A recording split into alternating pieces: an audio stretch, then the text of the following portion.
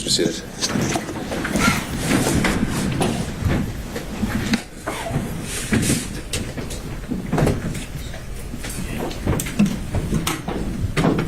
All right, we are back on the record with 23 SC 188947. If we could have counsel starting with the state identify themselves for the record for the purpose of today. Adam Avati for the state, Your Honor. All right, and in order of the styling, let's start with former President Trump. I think we have Mr. Sadow on Zoom. You do, Your Honor. Good afternoon. Steve Sadow for President Trump. We waive his presence, and I believe Ms. Little is also on Zoom. And Okay, thank you, Mr. Sadow. On behalf of Mr. Giuliani. Adam Stockton on behalf of Mayor Giuliani. I think David Lewis and John Esposito may be on Zoom as well. And we waive his presence. There we go. On behalf of Mr. Meadows. Your Honor, Jim Durham on behalf of Mr. Meadows, and he waives his appearance. Thank you, Mr. Durham. On behalf of Mr. Clark. Terry McDougall, Your Honor, and he also waives his appearance. Thank you, Mr. McDougall. On behalf of Mr. Cheeley. Good afternoon, Your Honor. Richard Rice, President Court, Chris Emilowitz is on Zoom, and Mr. Cheeley waives his presence. Thank you. On behalf of Mr. Roman. Good afternoon, Judge Ashley and John Merchant on behalf of Mr. Roman, and he waives his presence. All right, on behalf of Mr. Schaefer. Greg Gill and Anthony Lake on behalf of Mr. Schaefer, and he waives his presence. On behalf of Mr. Floyd.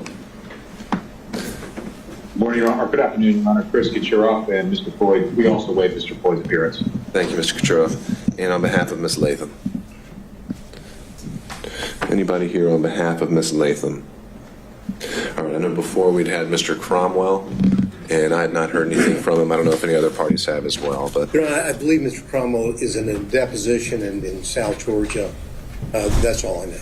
All right. There's a Zoom participant, Mr. Cromwell. Looked like he joined. Okay, that's helpful to know. Mr. Cromwell, can you hear us?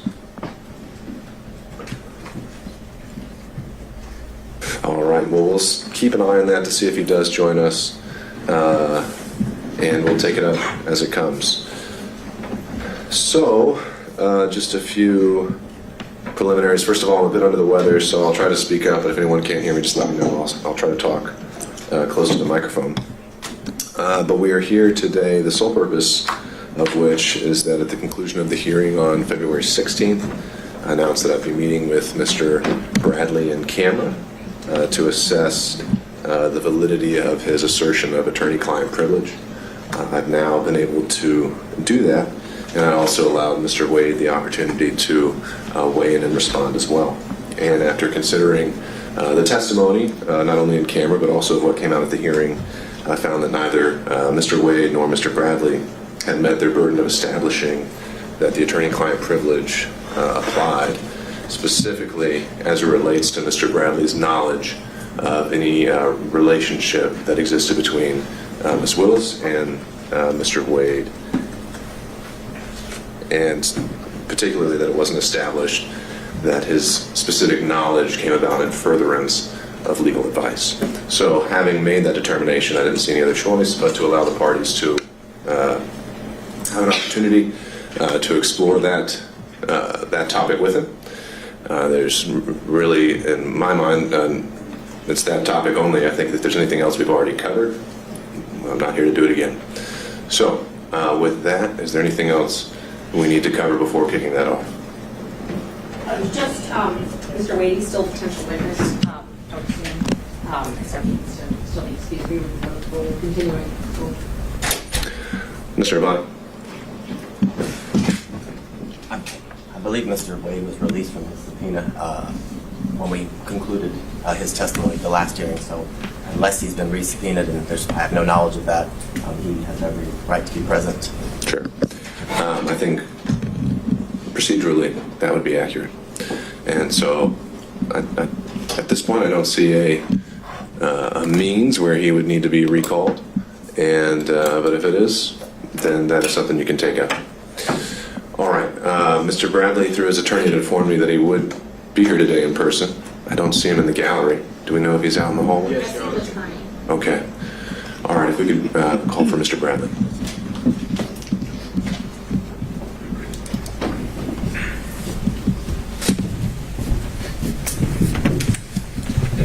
Judge, would it be permissible to sit in the jury box? That's fine. Thank you. All right. right, Mr. Bradley, Deputy Scott will swear you in again.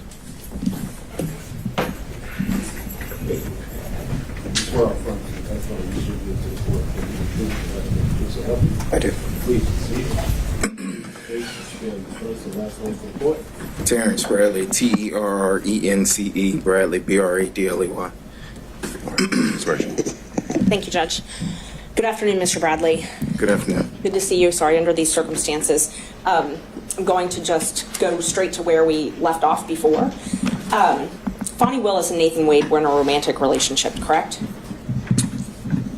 Correct. And it began at the time that they were both municipal court judges, correct? Objection, Your Honor, based on privilege. That would be covered in the attorney-client privilege. Okay, overruled. I do not have knowledge of it starting or when it started. Terrence, you told me that it started when they were both municipal court judges, though, correct? That is incorrect. You never confirmed in writing that it was, instead of magistrate court, it was in municipal court judge when they started dating? If you're speaking of the text message, you can go to that text message and you can read that text message, and I will explain the text message to you. But you and I did not have a conversation about when it started. You asked a compound question of magistrate court versus, you said it was magistrate court, you said magistrate court conference, I'm sorry. And then you asked another question. I said, no, municipal court, nothing else. I'm referring to a different conversation. I asked you, do you think it started before she hired him? And I'm going to object, this was covered in the previous hearing, where Mr. Bradley said he had no personal knowledge of the exact text that Ms. Merchant is speaking of and actually used in an attempt to refresh his recollection, and he explained exactly what he's explaining here before the court. So this is repetitive and unnecessary, and so I would object to asked and answered and relevance at this point. All right, perhaps we'll get there, but I think first Ms. Merchant has the right to draw his attention to the exact, potentially inconsistent statement. Thank you, Judge. May I approach him? So overruled. This You is may. the text I can get. So you can see it. So I'm ready to hear the last hearing. And for purposes of the record, I believe Ms. Merchant, you tendered, was it the entire text chain as an exhibit? I only tendered a few of the texts, but I did give the state their courtesy copies last time of the exhibits. Was this one tendered? This one was not tendered. All right. And I'm happy to tender it. Well, we'll just take it as it comes. Whatever you We're at, I think we're at 39. I will wait to mark it, but I think we're at 39. May I approach it? You may. Thank you.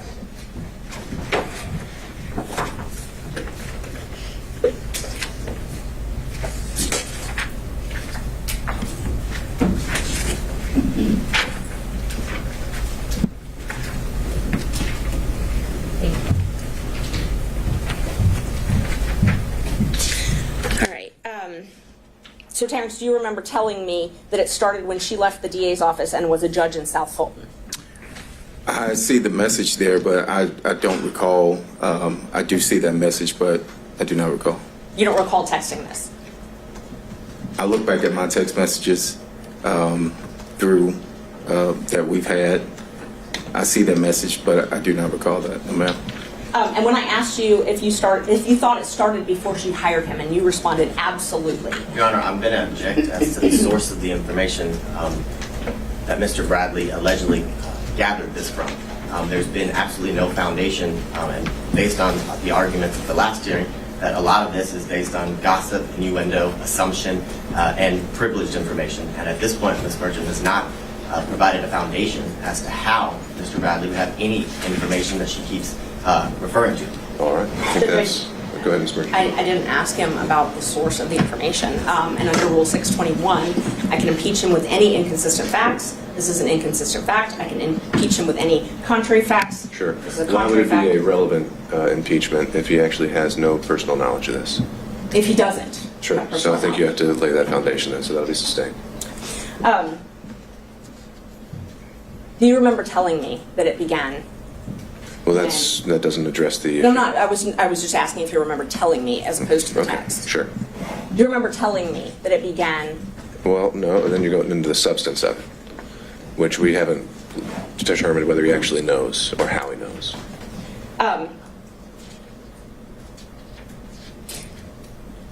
You told me, in fact, you corrected me when I said magistrate court. You corrected me and said it was municipal court. Do you remember that? Same objection, Your Honor. This is the exact same issue, right? Well, I'm asking if he remembers that. He hasn't answered that question yet. Right, but the relevance of whether he remembers it isn't established until we know how he remembers it or why he knows it. If that makes sense. I guess not. Sorry. How he knows it? I'm just asking if he told me that. Right. So I wasn't asking how he knew that. I wasn't asking the source of that knowledge. I was asking if he told me that. Sure. That was it. But that's the point, is how he knows it. Right. The source of his knowledge. The state would contend is hearsay because it's gossip and innuendo, which is what was indicated the last hearing. Well, it may not be hearsay, it may not be gossip. We haven't really gotten there yet. We don't know how he knows what apparently he's telling her, and I think we need to figure that out before we can go any further. Yes, and if the source of the information is a witness who've testified, then it's not hearsay. So when did the relationship start? I cannot answer that. When was your first knowledge of the relationship? Objection, Your Honor. He's already answered that question multiple times today. He said he has no idea the timeline or when it occurred. That was one of the first questions that Ms. Merchant asked. I didn't ask when. I asked his first knowledge. He testified he has knowledge that they had a relationship. I asked him when he first got knowledge of that. Okay, so if the question is, when did you first get knowledge? I think we can start there. That was the question. Yes. All right. Thank you. When did you first get knowledge of their relationship? I've said over again that I didn't have any personal information where I could personally say when it started. I've said that time and time again. So I don't know when the relationship started. And that wasn't my question. So my question is, when did you first gain knowledge? I didn't ask the source of the knowledge, didn't ask you to comment on the validity of the knowledge. I asked when you first had knowledge. We'll get to the how, Mr. Abadi. So I'll note the objection, overrule it. You can answer that. Just for the record, I appreciate your honesty. But he said he has no personal knowledge, so it's clear he had to gain the knowledge, not from hearsay. He could have gained it from Sure. Mr. Wade. Well, I mean, most of us learn things from hearsay. The question of whether it's admissible, right? And that's what we got to get to. So, I apologize. When did you first get knowledge? I'm not qualifying what type of knowledge. I'm just asking when you first knew about the relationship. I don't know how to answer that. I mean, so I can't give you a date if you're asking for a date. If you're asking me, how did I get the knowledge? It would have come directly from my client. Right. So help me understand. I think you say you can't answer that question. You don't know the date. So that's the answer to the question. But I said that 5 minutes ago. We have to make it clear. Yes, sir.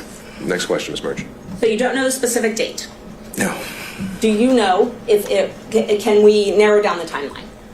Did you gain knowledge in 2019 of this relationship beginning? I'm going to object to this line of questioning as he said he does not know when he gained knowledge. He doesn't know the specific date. Fine, Ms. Merchant. I think I'm overruling that. I think we can try to see if he can narrow it down based on goalposts. Thank you. 19, I would probably say no. I mean, I don't have anything that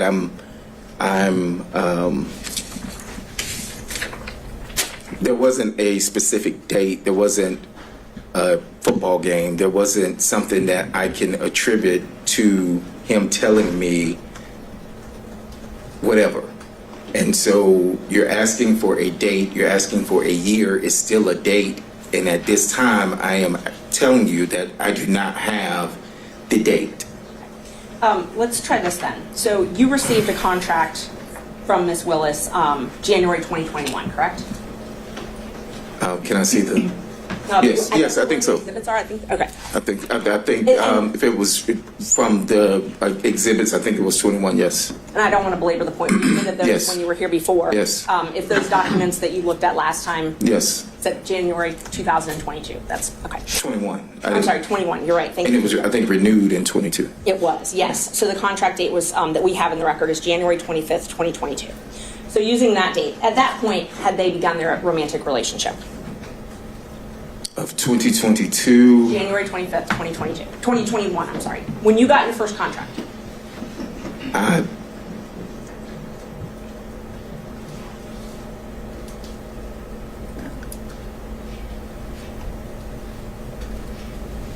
I don't recall.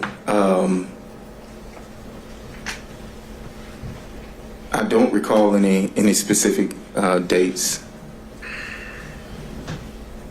No, ma'am. You remember when you got that contract, though, correct? I remember I had the contract, yes. Okay. And you told us last week, or I guess it was the week before now, you told us that Mr. Wade brought you that contract, essentially told you about that contract. That is correct. So Ms. Willis is not the one that brought that contract to you directly, it was Mr. Wade. That is correct. At that point in time, they were already engaged in a relationship, though, I'm correct? going to object, Your I Honor. can't say that. Characterization of what Mr. Bradley just said. He just said he does not remember. There's nothing He specific. doesn't remember the exact date, and I think the question now is to reference it or tie it to maybe some other event that he might remember. I agree with Your Honor. She asked that specific question. He said he does not remember any specific dates after signing the contract. That's exactly what he just said. This is asked and answered. I know, and we're getting to the end of it. So, Ms. Merchant, you don't have much more to pull on here, but he answered that last question, so what's your next one? And Judge, I didn't hear the answer if they were in a relationship January 25th, 2021. Mr. Bradley, do you recall the question? I recall the question, and I can't tell you accurately whether or not they were in a relationship at the time. You asked me about him bringing me a contract. I said he did bring me a contract, and that is accurate. Do you remember knowing Ms. Willis prior to her taking office as the DA? I had very little contact with Miss Willis. I knew her through my business of coming down to Fulton, if that's what you're asking. Yes. You knew her through the business. So you had met her prior to your contract? I'm going to object to relevance at this point as to why we're here today. Sure. Judge, he doesn't remember much of anything right now, and so I'm trying to create a timeline to hopefully piece this together. All right, well, I'm not seeing really the likelihood that that's going to have any success. I'll let you ask a few more questions, but if he doesn't have a date, then I don't know that you're going to be able to create one today. Okay, thank you.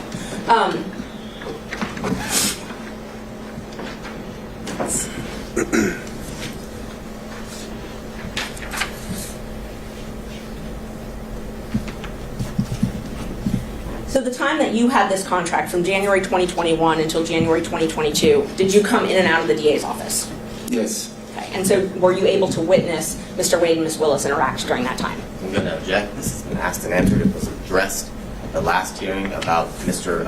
Bradley's access to and from a specific room to pick up files. And Mr. Bradley said that he rarely saw them together, but this was answered. Yeah, I think the only avenue that was closed at the last hearing was his personal knowledge, potentially through, well, actually, no, if he testified, it was that he had no personal knowledge.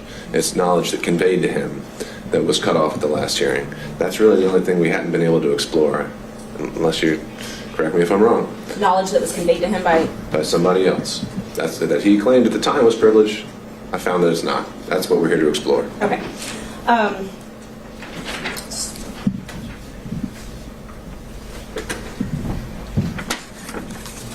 Do you remember telling me that not many people knew where they met? I'm going to object as to relevance, as to his personal knowledge, which is what 602 requires. Yeah, I mean, we're back to the same point, Ms. Merchant. His personal knowledge is what I'm asking him what he told me. But he hasn't yet told you how he knows that. And so, unless he can establish why he should be testifying on this at all, then there's no relevance. And I don't know how he knows that. That would be Then the ask next. him. That would be the next question. But Ask him how he knows it. I first have to establish that he said that. No, you don't. You could go the other way around. When you told me that it started when she left the DA's office and was a judge in South Fulton, Where did you gain that knowledge from?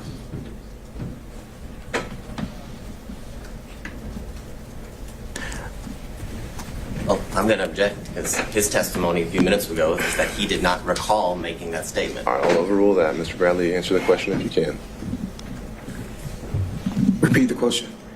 When you told me that their relationship started when she left the DA's office and was a judge in South Fulton, where did you obtain that knowledge from?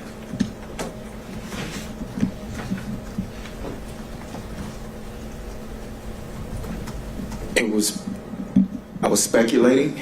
I didn't have a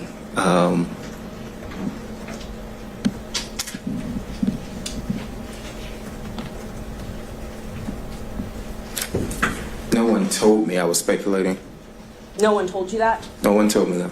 You were speculating based on things that had been told to you or things you had observed? So I'm going to object as to the nature of this line of questioning because the witness has made it clear he was speculating as to how or what he knew. And if it's speculation, it's inadmissible for this court. All right, but the motivations for his reason for speculating would be admissible, so I'll overrule that. Thank you, Judge. Was this speculation, when you told me that, was that based on things that had been told to you and things that you had witnessed? I never witnessed anything. So, it was speculation. I can't tell you anything specific, if that's what you're asking. You can't tell me anything specific as to why you speculated about that? No, this was however many years ago. I mean, I don't recall, but no, I don't. Did you have any reason to lie?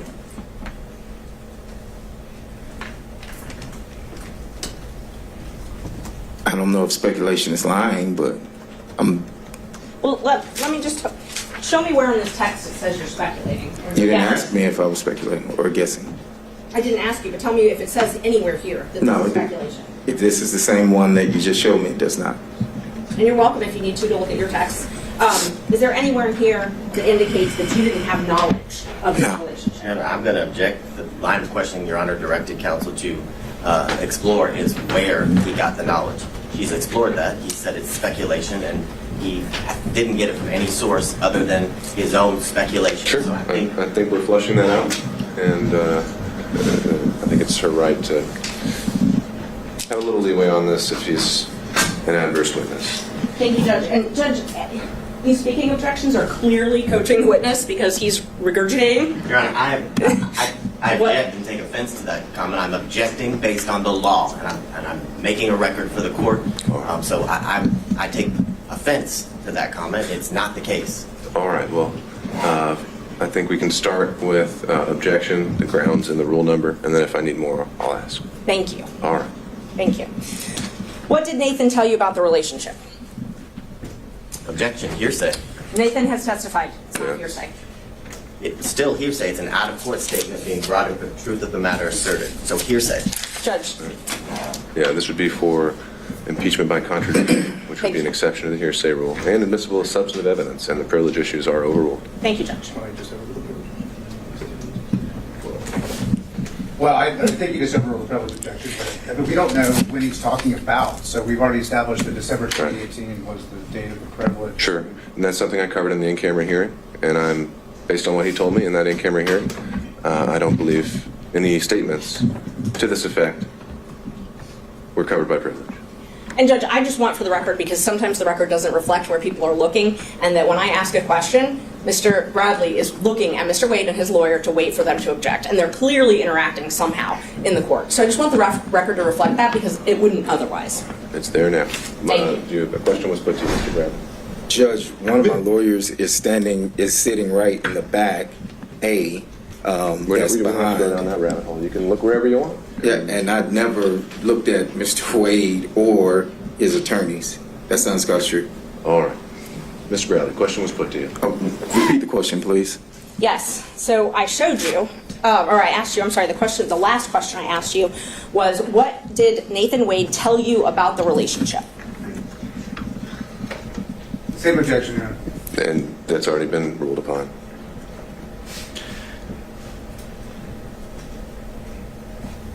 I recall recall him stating that at some point they were dating.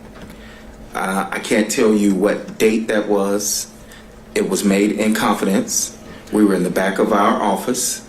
Our offices were the only two in the back. There was no one else present. That is all I can tell you at this time. One time? One time. You only had a conversation with him one time about the relationship? Objection, asked and answered. No, I think that's clarify for their own sitting cross. Ms. Merchant. I do not recall any other time that he mentioned that they were in a relationship. No. You may not. Okay. So you talked about this one time, and you said you don't know when it was, though, correct? That is correct. Was it before Mr. Wade, before you got the contract in Fulton County? Let's start with that. I do not recall. Okay. And how did it come up? Say again? How did it come up? I do not recall how it came up. It was in the back. I know where it occurred. In our offices in the back. I can't tell you what we were discussing prior to that. Okay. Did you receive an email from me on January 6th with a motion attached? I think I did, yes. Yes, I know I received I don't know if the date is January 6th, but yes, I received that. Okay. Yes. So you remember receiving that? Yes. The date, okay. And you reviewed it, and then you and I spoke about it? You recall that?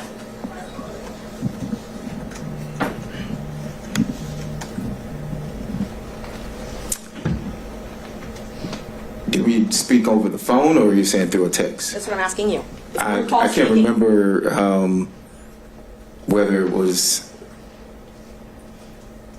text or phone or But you recall us speaking, one way or another? one way or another, yes. Okay. And where I was trying to confirm the facts in that filing.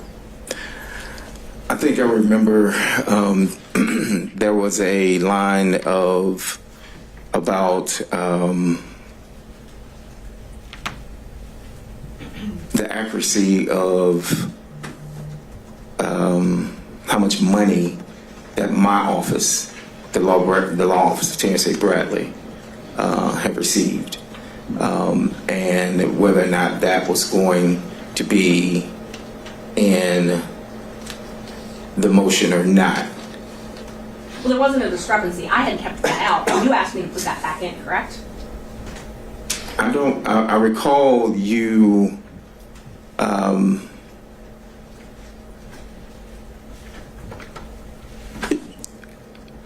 that may be accurate, yes. And you thought, because you thought it might be suspicious if you were left out of the motion. No, I think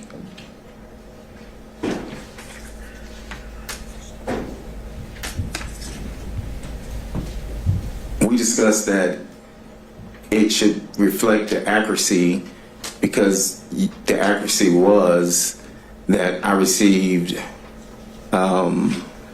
I had a contract and received $74,000.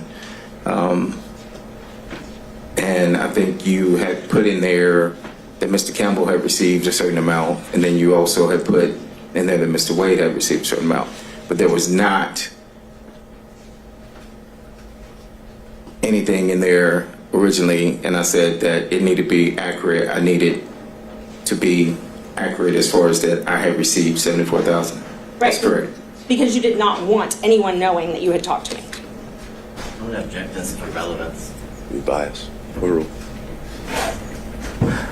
I wanted you to be accurate as far as the accuracy of our message or your filing. Okay, so that was your interest was in accuracy of the filing. I didn't reach out to you and say, send me a copy of your motion. Right. I didn't reach out to you to say that I'm going to be in your motion. Right. I asked you to review it for accuracy. For accuracy, and I just stated that it was inaccurate. And the inaccuracy that you pointed out was the thing about your salary, or how much you had made. That was the inaccuracy that I saw that jumped out, was the fact that I saw that I was left out when you had put Okay. the firm, the money was. I did not, when I responded to that, it was for that specific reason. Okay. And I agreed I would put that back in, that section back in, and I did. Correct. I did put it back in, and I sent it to you again. I don't recall getting a second email from you now. But you were happy that I put it back in, or that I agreed to put it back in. And object us to relevance. Yeah, we need to get to more material aspects. Yes, Judge, I'm moving along, I promise. So you did ask me to put that back in. Well, Asked and answered relevance. well, he didn't answer that last question, so overruled. You did, can you confirm you did ask me to put that back in, for it to be accurate? Yes, that's correct. I said that, yes. Okay. And then I asked you if everything was accurate, and you said, looks good. Correct? I recall you asking that, but the looks good was applying to the accuracy of the 74,000. That's it. Okay. So when you reviewed the motion, and you specifically pointed out that one thing that you found inaccurate, you didn't point anything else out that you found inaccurate in that motion, though, correct? No, I did not. And that motion alleged that their relationship began when Ms. Willis was in municipal court. If I could reread the motion, but I don't recall. But if that's what it says, but I did my saying that it looks good was when you put back in the 74,000 into your motion. Okay, and that wasn't what I was asking. What I was asking is, you didn't tell me that there was anything else inaccurate in the motion, though, right? But I didn't state that anything was accurate other than the 74,000. Now, when I told you that I had this motion that I was preparing, you asked me to send a rough draft. No, that's incorrect. May I approach, Judge? You may. Which page are you showing? They're not page numbered. It's January 6th. Yeah, of course. I can show you just all the text.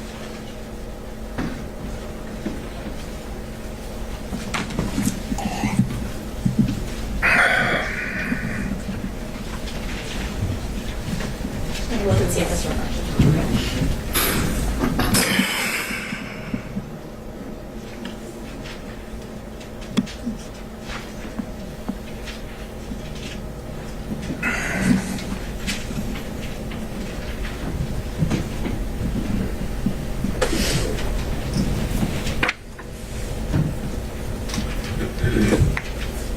So, we had been talking and you asked me to send you a rough draft and I told you, okay, but I didn't want it to be leaked before I filed it. Right? That is correct. That is correct. So you're the one that asked me to send a rough draft.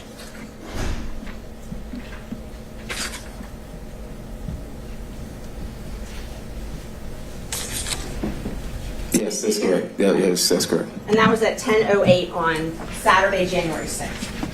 And then you got an email from me with that rough draft at 10:25 that same day, correct? Yes.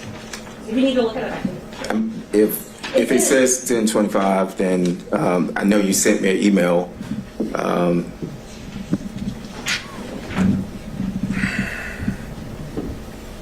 While he's looking at it, I'm going to object us to ask and answer. We've been through the fact that he sent him a copy of the motion, whether he specifically said rough draft or not, and then asked about the accuracy. He's explained his answer, and I object to ask and answer. So. Understood, Mr. Vine. We're getting there. Overruled for now.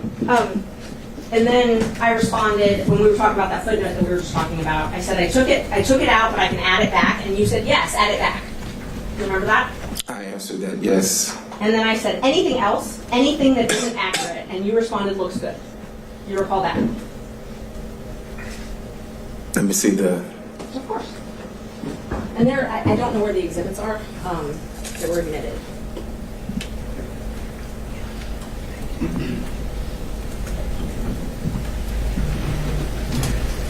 That refresh your memory? It says looks good, but as I stated before, I was responding to you putting me back into the motion for receiving $74,000 in a contract. Well, that's not what this says. This says, you said yes, add it back, and then I said anything else, anything that isn't accurate, and you responded looks good. So you weren't responding to put it back in. Your Honor, I'm going to object. This is not his motion. He wasn't the affiant of the motion or verified the contract. Overruled, Mr. Body. I'm just talking about his personal knowledge, Judge. I've said twice. Overruled, Mr. Body. I've said twice that the looks accurate was, or I've said more than twice, was for the $74,000.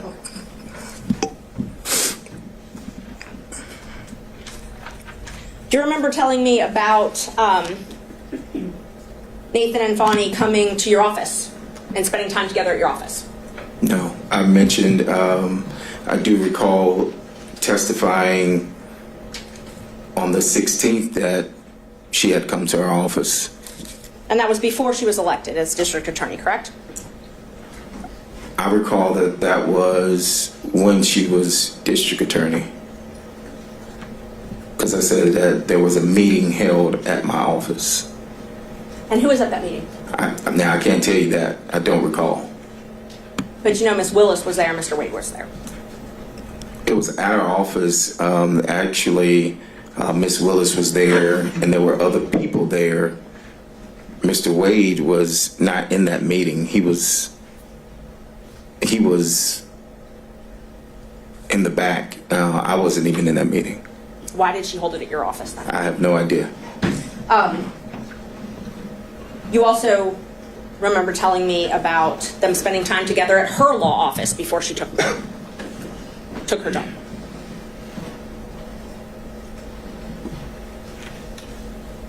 I don't recall. Do you? I don't recall. Do you have something to? Well, what I'm asking is, so let's back up a sec.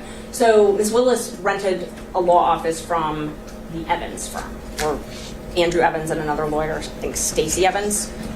You have knowledge of that, correct? No, I'm going to object to hearsay. Well, How does he know the information? That would be the correct question. okay. Ms. Mershon? I don't really know even how to respond to that. Hearsay, I'm asking if he knew that she rented Yeah, offices. he may have been there. He Right. may have seen a business card or something at some point. I think you can answer that. I've never been to Miss Willis's office when she was in private practice. I've never dealt with where she rented. I didn't even know where her office was. So, Do you remember, though, knowing that she rented an office yes. from the Evans? Yes. You did know that is correct. Yes. Okay. And do you remember telling me that Mr. Wade and Miss Willis would rendezvous at that office? I'm going to object to, again, hearsay as to how he knows that information. He said he has no personal knowledge. He did not say he has no personal knowledge, Judge. He hasn't even answered it. No, he said in general he had no personal knowledge, so it's not been established the source of how he would know this because he said he's never been to her office. All right. Ms. Mershon, if you, I know you're trying to impeach him by a prior inconsistent statement, but unless you can first back up and show why each statement is actually something that you had knowledge of, I don't know if this is going to be relevant. And Judge, I'm not even there yet. But again, a speaking objection, and so now I would anticipate what our response is going to be next. I didn't ask anything that was objectionable, but these objections are coaching the witness. I asked if he had knowledge. That's it. I didn't ask, did someone say this to you? I didn't ask, what did this person tell you? I asked if you knew. Well, no, you're asking if you had knowledge, and then you say of something specific. So, once I get an answer to that, if he has knowledge, then I will follow up with where that knowledge came from. all right, well, let's try again. So my question is, do you have knowledge of them meeting at that office? Objection, foundation. Okay, all right, overruled. Do you have knowledge of them meeting at that office? I have no personal knowledge, if that's what you're asking. I didn't ask that yet. I asked if you have any knowledge. Objection, that would be hearsay. Overruled. Not if it came from Mr. We Wade, don't know where it Judge. came from. So he said, how do you know, Mr. Bradley? How do you know? Any knowledge that I would have received would have come from my client at the time. Okay, so you had knowledge of this place that Miss Willis worked. What did you know about them meeting at that office? Objection, hearsay. It's not hearsay, Overruled. Judge. Wouldn't be how he knows it, and then you ask the next question. All right, he's already asked the next question. Can you repeat the question? Yes. How do you have knowledge? What knowledge did, well, you just told us. You told us Mr. Wade told you. So tell us what Mr. Wade told you about Miss Willis and Mr. Wade meeting at the Evans office.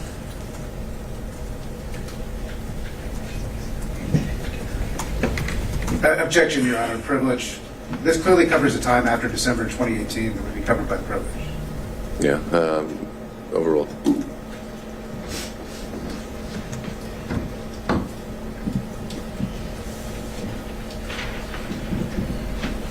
You recall the question, Mr. Bradley? I do not. You re-asked the question, Ms. Merchant. What did you learn from Mr. Wade? I was clarified that's where you learned it from. About Mr. Wade and Miss Willis meeting at the Evans office together.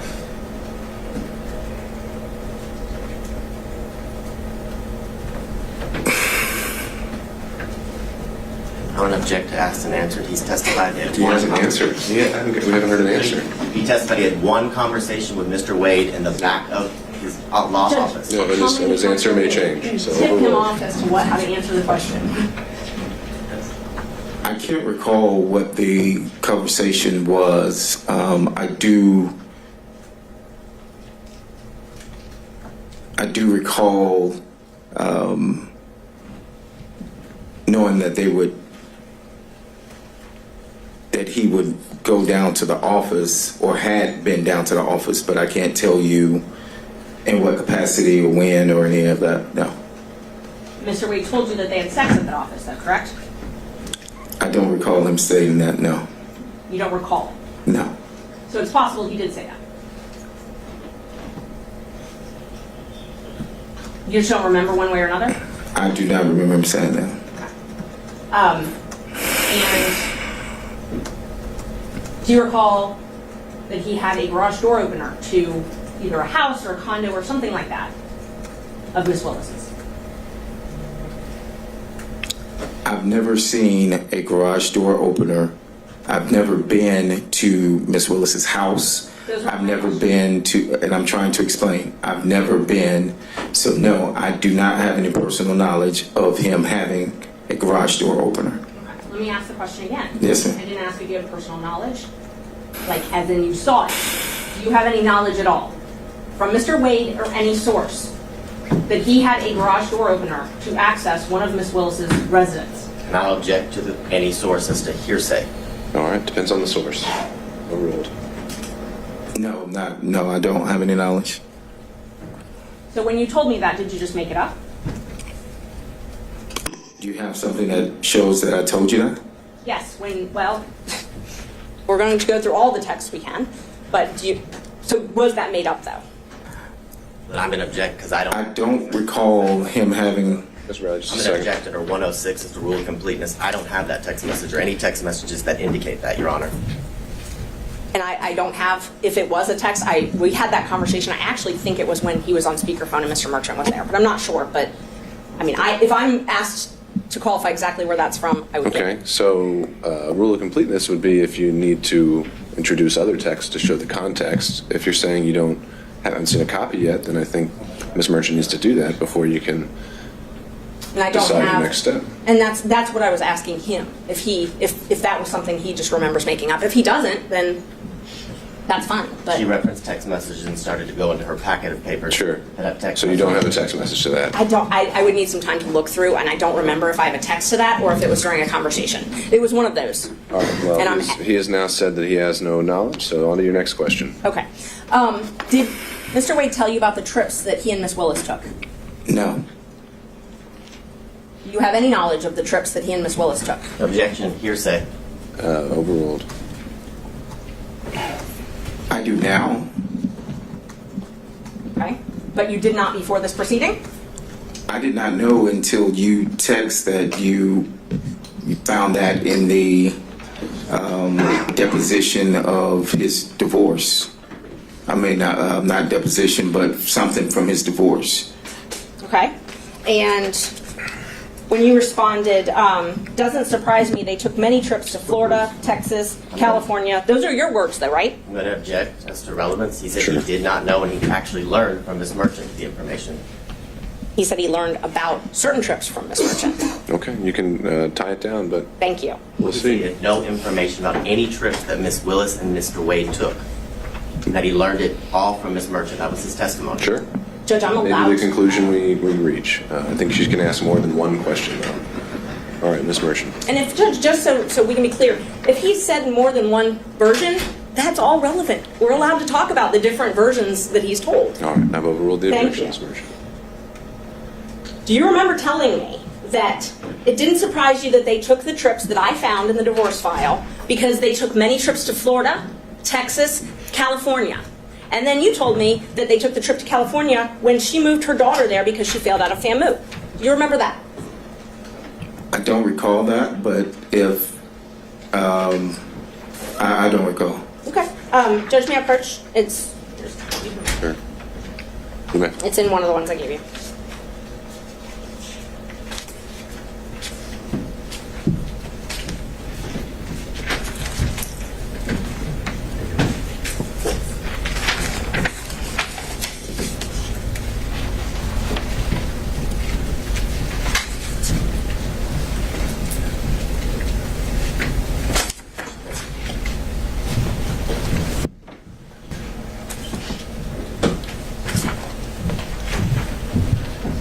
Look at that. Let me know if it refreshes your memory.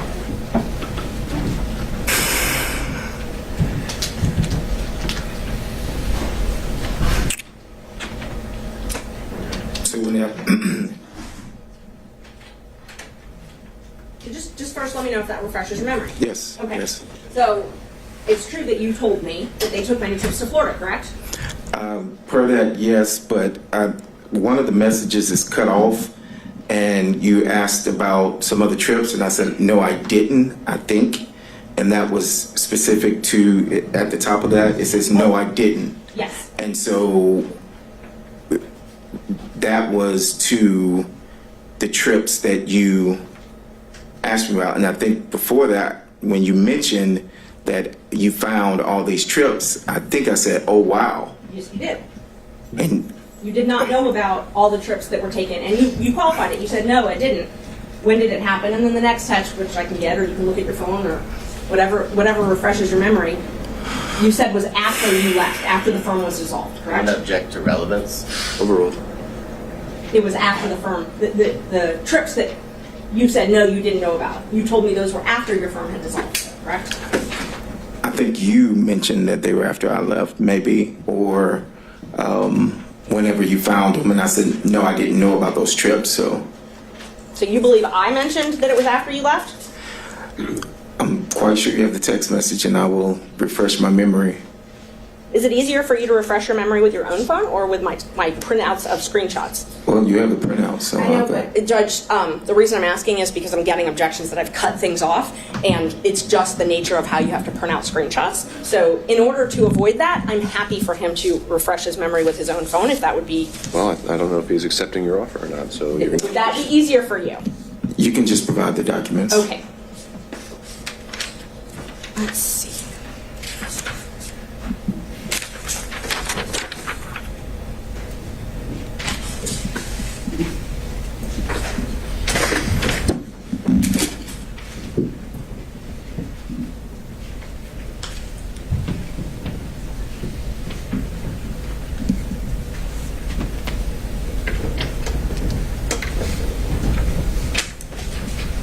Can I have some water, Judge, please? Yeah, let me see what we can do.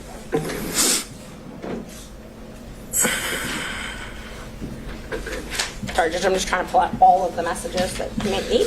All right. Well, I don't really see At some point, we're reaching the cumulative point where we don't need to go through an entire 6-month text chain. You're making the point that he'd made some comments to you along the way that led you to believe he had more knowledge than today he's testifying that he had. And so if you've hit the high points of that, then I don't know what else we can cover that actually moves the needle. Okay, I'll move on to the actual trips then. So you told me that they took many trips to Florida. That refreshed your memory. You told me that. Was that based on your knowledge from Mr. Wade?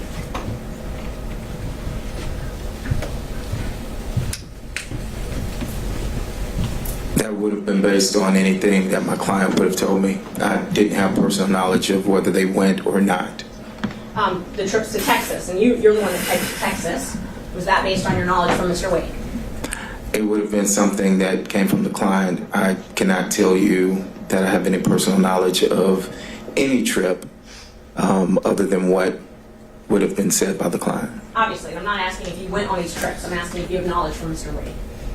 You also typed California. Was that something that you gained from knowledge from Mr. Wade? It would have been from the client at this particular point. Yes, it would have been from the client. And when you told me that the trip to California was to move her daughter out there, would that have been something you gained from Mr. Wade? Thank you, Judge. Any knowledge that I have of any trip would have come from my client at the time.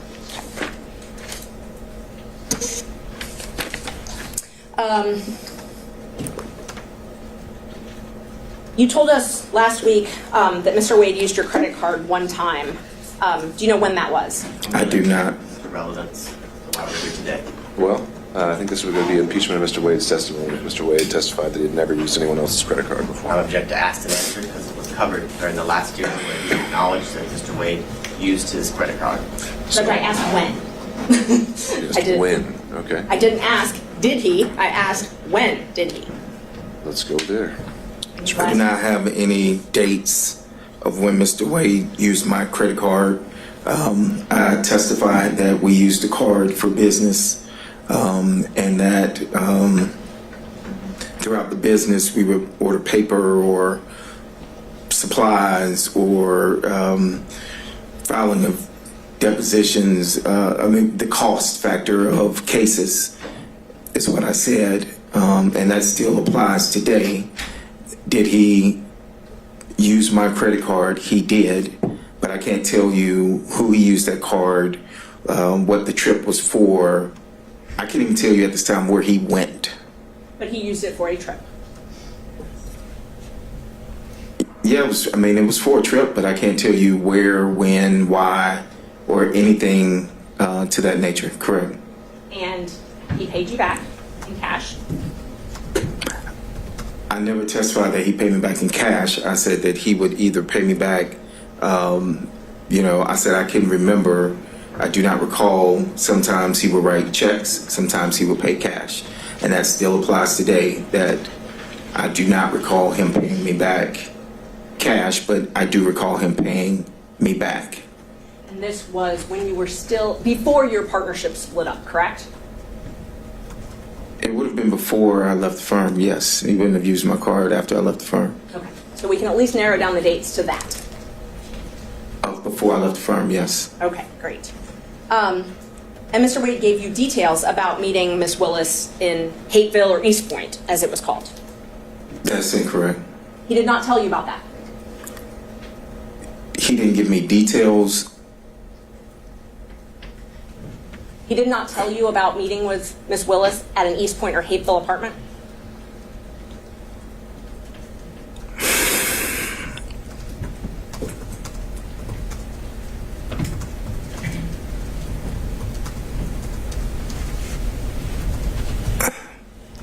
At this time, I don't recall.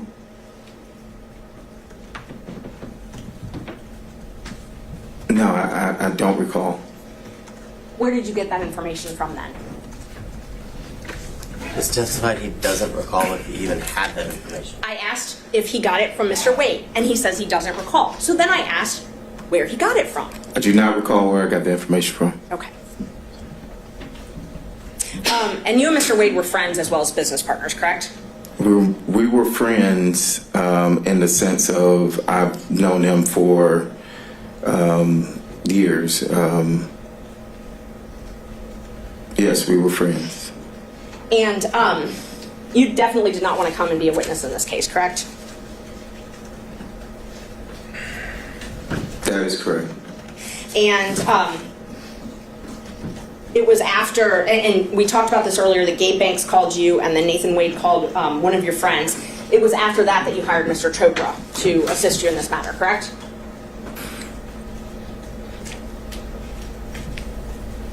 Was it after that?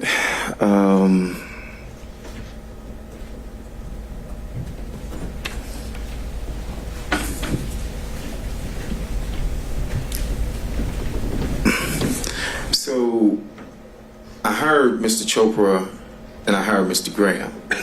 Now, Mr. Graham is here, and when I received the subpoena, Mr. Graham was here at the last hearing, but he also had to go out of town, but he was present.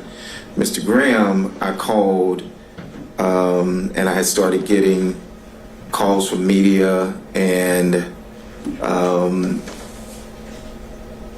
I told him to respond to the media, I think, and that was somewhere around whenever you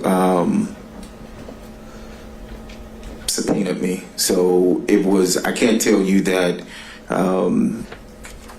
it was that instance of those calls for Mr. Chopra,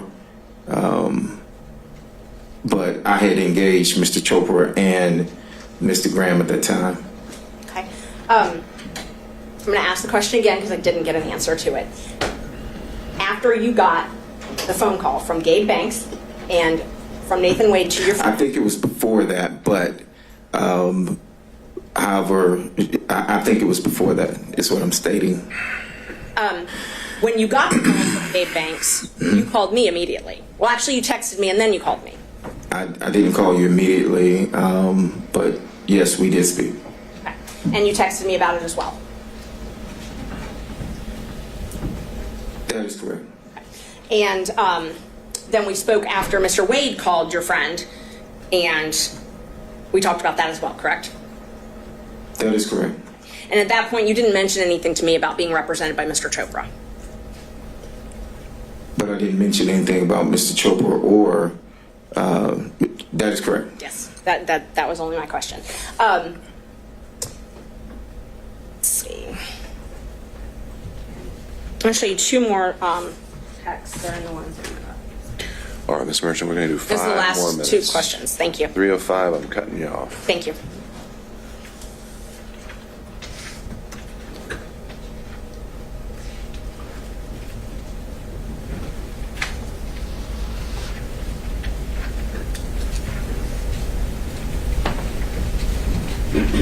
May I approach? I'm going to show you full text to refresh your memory, and then I'll ask you.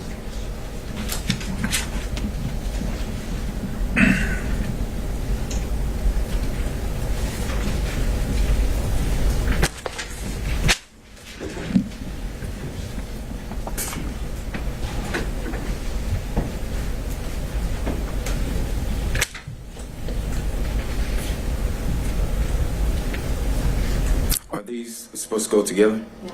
Oh, these are two separate dates? Completely different dates. Okay, all right.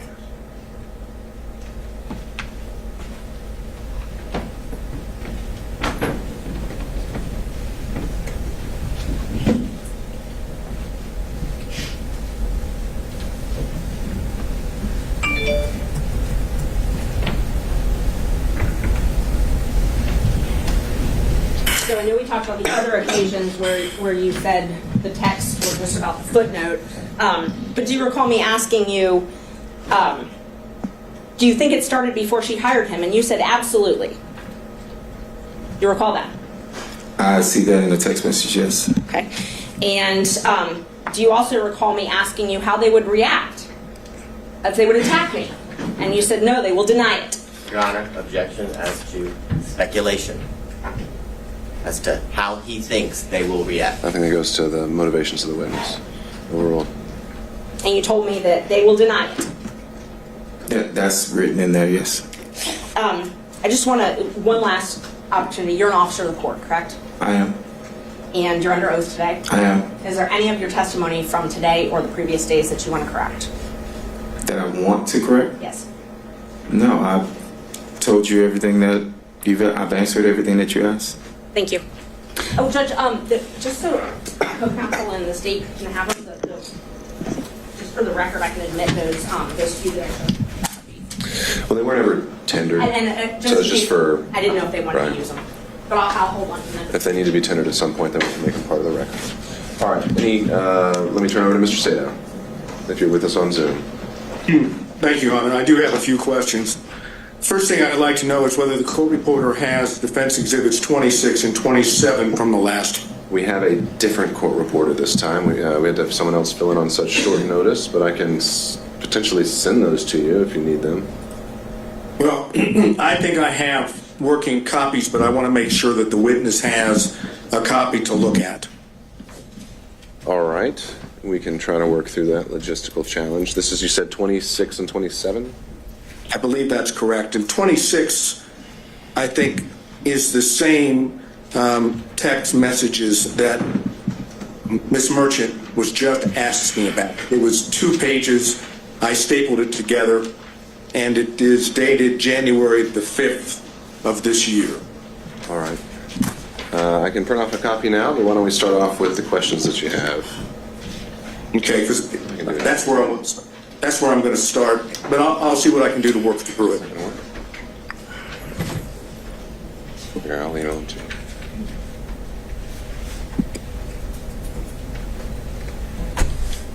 Okay.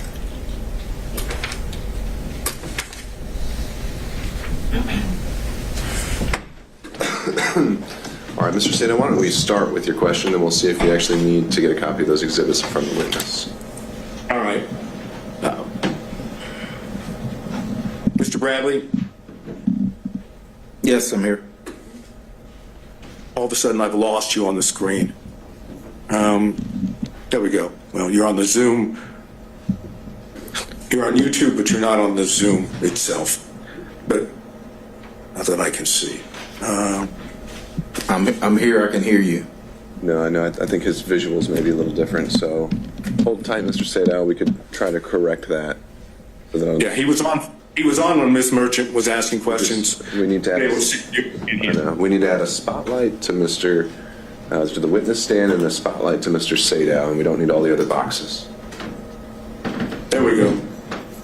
Thank you very much. Well, then hold tight, Mr. Sadow. We need to add you as well.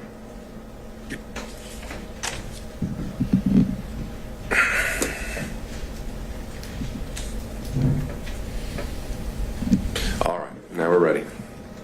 Thank you, sir.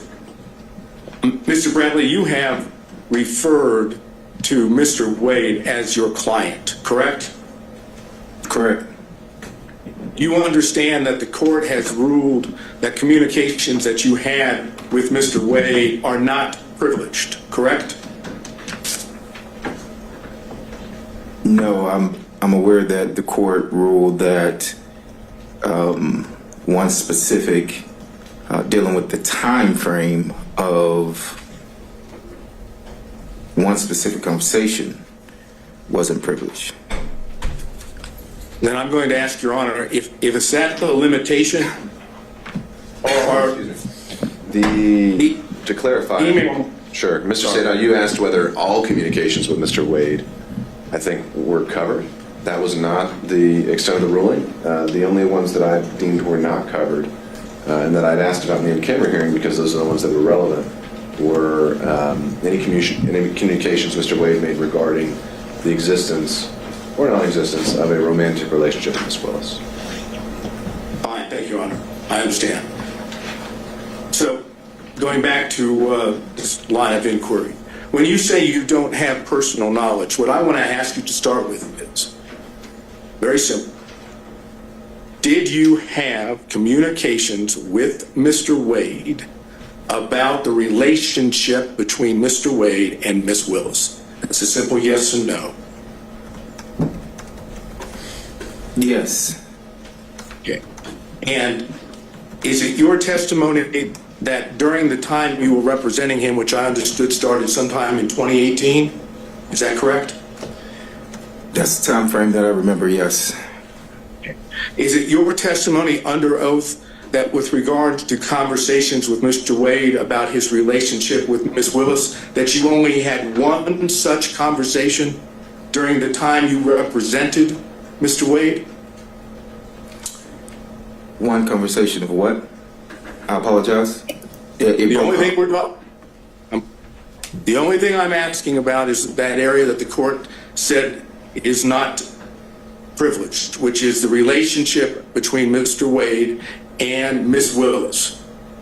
You've testified that during the time you represented Mr. Wade from 2018 on, that you only had one conversation with him in reference to the relationship between Ms. Willis and Mr. Wade. Is that correct? Yeah, I think that's fair, Larry. Yes. Okay, so out of the entire time, I'm talking about could be 2018, 2019, 2020, 2021. When did you stop representing Mr. Wade? It was a few months after I left the firm. All right, give me the approximate time.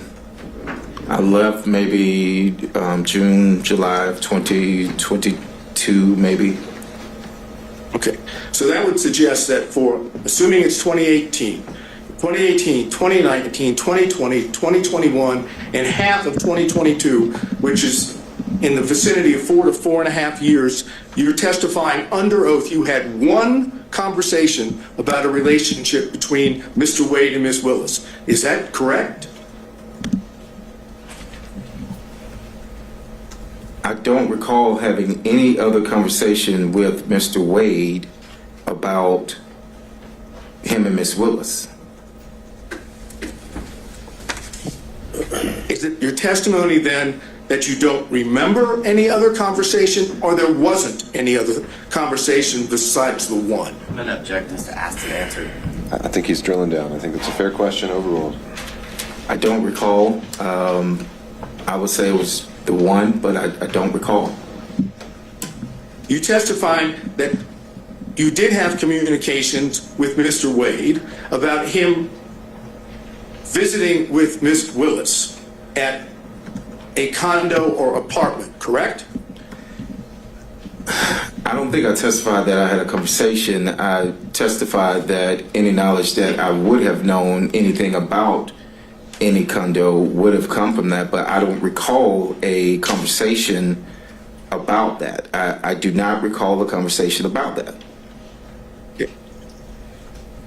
Do you recall any other thing at this point in time under oath that would indicate when the relationship started between Mr. Wade and Ms. Willis? I do not know when the relationship started between Mr. Wade and Ms. Willis. I cannot recall that. I can't. Oh, I'm sorry. Go ahead. I'm going to drill down on that now, okay? Yes, sir. Mr. Wade was hired as the special prosecutor on November 1st of 2021. You're aware of that, correct?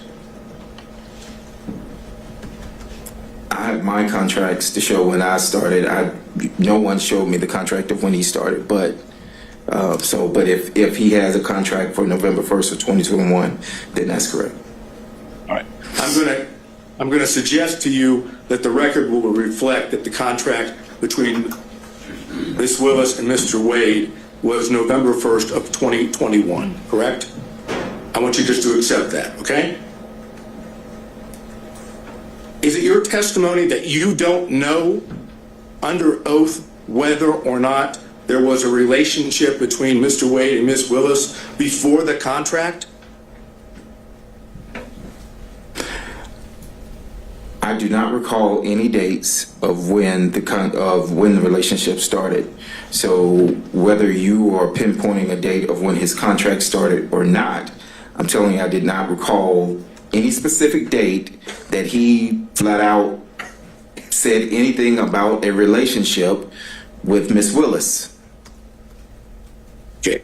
Now I want to go, based on what you've just said, let's go to what was Defense Exhibit 26.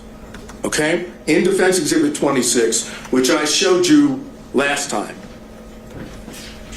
was 2 pages of text messages between you and Ms. Merchant, correct? Correct. All right. Now, the first page starts off by saying, Ms. Merchant, like just date, don't hire him. Do you think it started before she hired him? You see that?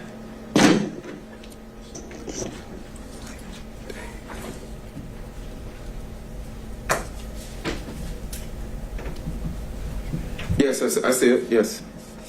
And your response to that was absolutely, correct? I'm going to object, ask and answer in cumulative. All right. So, Mr. Sato, I do think we went through a lot of these texts.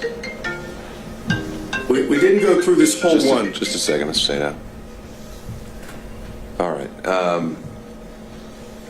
I'm sorry, Mr. Sato. You said we didn't go through this particular one? No, we stopped right there. I want to go.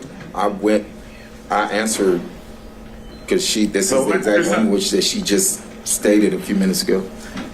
You can read it back. Okay, Mr. Sato. Are you saying both of these two exhibits weren't already covered by Ms. Merchant? It was not gone, this particular language was not gone into. I'm doing it based on the exhibit itself. Well, let's do it this way. I now move into evidence defense exhibit number 26. All right, and I'd have to search through my notes, but does anyone recall that one actually been tendered in a minute already? It was. No, it was only presented to Your Honor for you to take back into camera ex parte to speak with Mr. Bradley and his counsel. Okay. Ms. Merchant is indicating that it was admitted. I thought Mr. Sadow admitted it, but I'm organizing and putting them back in order, so I think it might be easier if I just admit the copies that we're all referring to. All right, so defense exhibit 26 and 27 are being tendered. Well, actually, only 26 at this time, but Okay, defense exhibit 6, any objection from the state? 26. 26. I'm going to object as it relates to foundation and authentication. It was used to, during the last hearing, for the purposes of refreshing his recollection. And it's my recollection is that it didn't refresh his recollection, but I renew my objection as to asked and answered in cumulative. Okay. As to foundation and authentication, I think Mr. Bradley has recognized them as texts that he sent and received, so I think I'd overrule on that basis any other objections to their admissibility from any other defense counsel, and seeing none, defense exhibit 26 is now admitted. Mr. Sadow. Thank you. All right, let's continue now to publishing it. After you said the word absolutely, on your own, you said it started when she left the DA's office and was judge in South Fulton. They met at... Object. Asked and answered. All right, understood, Mr. Body. I'm going to let Mr. Sadow have a few minutes on this, and we'll go from there. But Judge, I'm sorry. I did answer this. I answered it for Ms. Merchant. I stated that I was speculating. The judge, someone objected to the speculation, but this was the exact same language. All right, well, thank you for that, Mr. Bradley. Mr. Sadow is asking the question in a slightly different manner, and I'm going to give him a little bit of leeway to do that. So, Mr. Sadow. All right, I hesitate to have to start back where I was, but after the word absolutely, you, on your own, said it started when she left the DA's office and was judge in South Fulton. They met at the municipal court CLE conference. That's what you said, correct? That is correct. Now, it's your testimony, at least so far, that when you, on your own, gave those two statements in the text, that you were merely speculating and did not have that knowledge from Mr. Wade. Is that your testimony under oath? Yes, that's what I testified to. Yes, sir. So you on your own came up with the whole notion that it started when she left the DA's office and was judge in South Fulton. That's, according to you, that's speculation on your part, correct? Overruled. Answer the question, Mr. Bradley. Yes, that's speculation on my part, yes. Right. It had nothing to do with what Mr. Wade had told you, correct?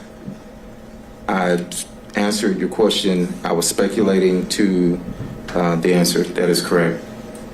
So maybe you can tell the court, in your own words, why in the heck would you speculate in this text message and say that it started when she left the DA's office and was a judge in South Fulton? Why would you speculate and say that in a text? I knew they had met at the municipal court conference. How do you know that? I'll stop you right there. How did you know that? I answered that at the last. I knew that. You now.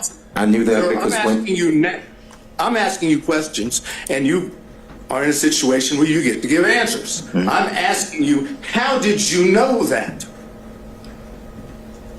How did I know when they met? Somebody told you that, right? When they met? Yeah. Yes, correct. Who told you? Mr. Wade told me when they met. So you had more than one conversation about the relationship between Mr. Wade and Ms. Willis because he told you where he met her. That's correct? incorrect. Incorrect.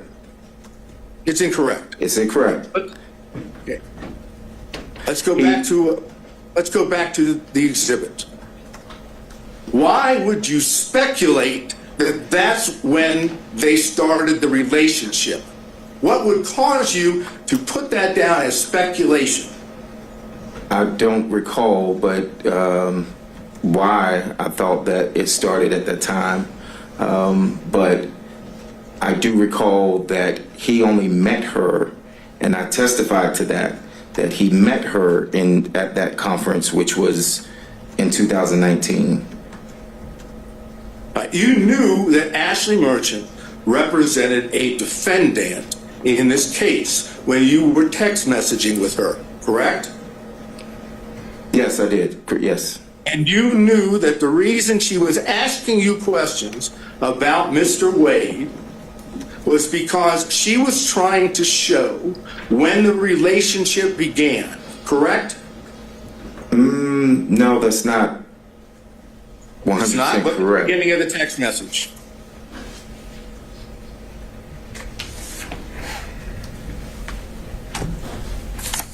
Yes, but what messages were before this message, before she sent that? I can't answer that question because I don't have them. All I have is what's in front of you. Yes. And it says that she says, do you think it started before she hired me?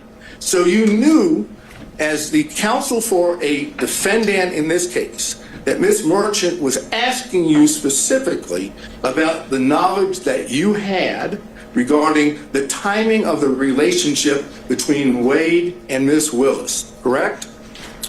I mean, based on this, yes, I see what was asked.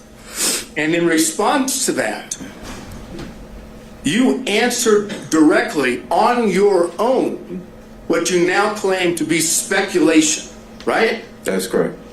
So I ask you one more time before I move to the next part of this.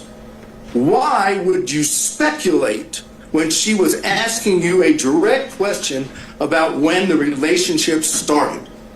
I have no answer for that. Except for the fact that you do in fact know when it started and you don't want to testify to that in court. Overruled. That's the best explanation. This is completely argumentative. That's the true explanation because you don't want to admit it in court, correct? No, I have no direct knowledge of when the relationship started. I'm not going to go back through that again. But if you didn't know, and you were asked specifically as this exhibit shows, maybe you can explain why you wouldn't say, I don't know.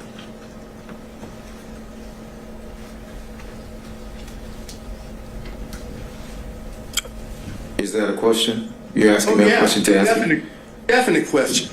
State that again, I apologize. If you're being asked, as we've just gone through with this text message from Ms. Merchant, Yes. as the attorney for a co-defendant, Yes. and she's asking you about the relationship, and she's clearly asking you about the timing, why wouldn't you just have said in response, I don't know when it started? I don't know why I didn't say I don't know. Maybe, again, it's because you know what the truth is, and that's why you answered exactly the way you did in Defense Exhibit 26, correct? No, I can't sit here and tell you that what you just stated was correct.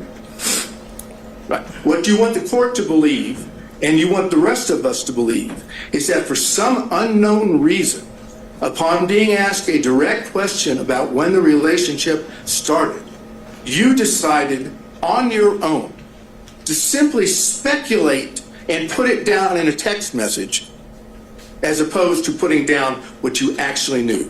That's what you want the court to believe, correct?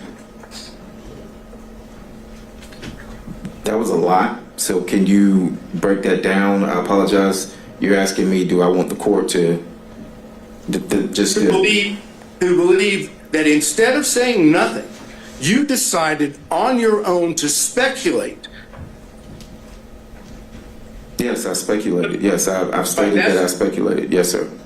That's what you want the court to believe, correct? That's correct. Okay, now, then when you go to the next page of that, okay, you see it starts, the best that I can see, it starts in South Fulton. Is that what you have in front of you? Second page.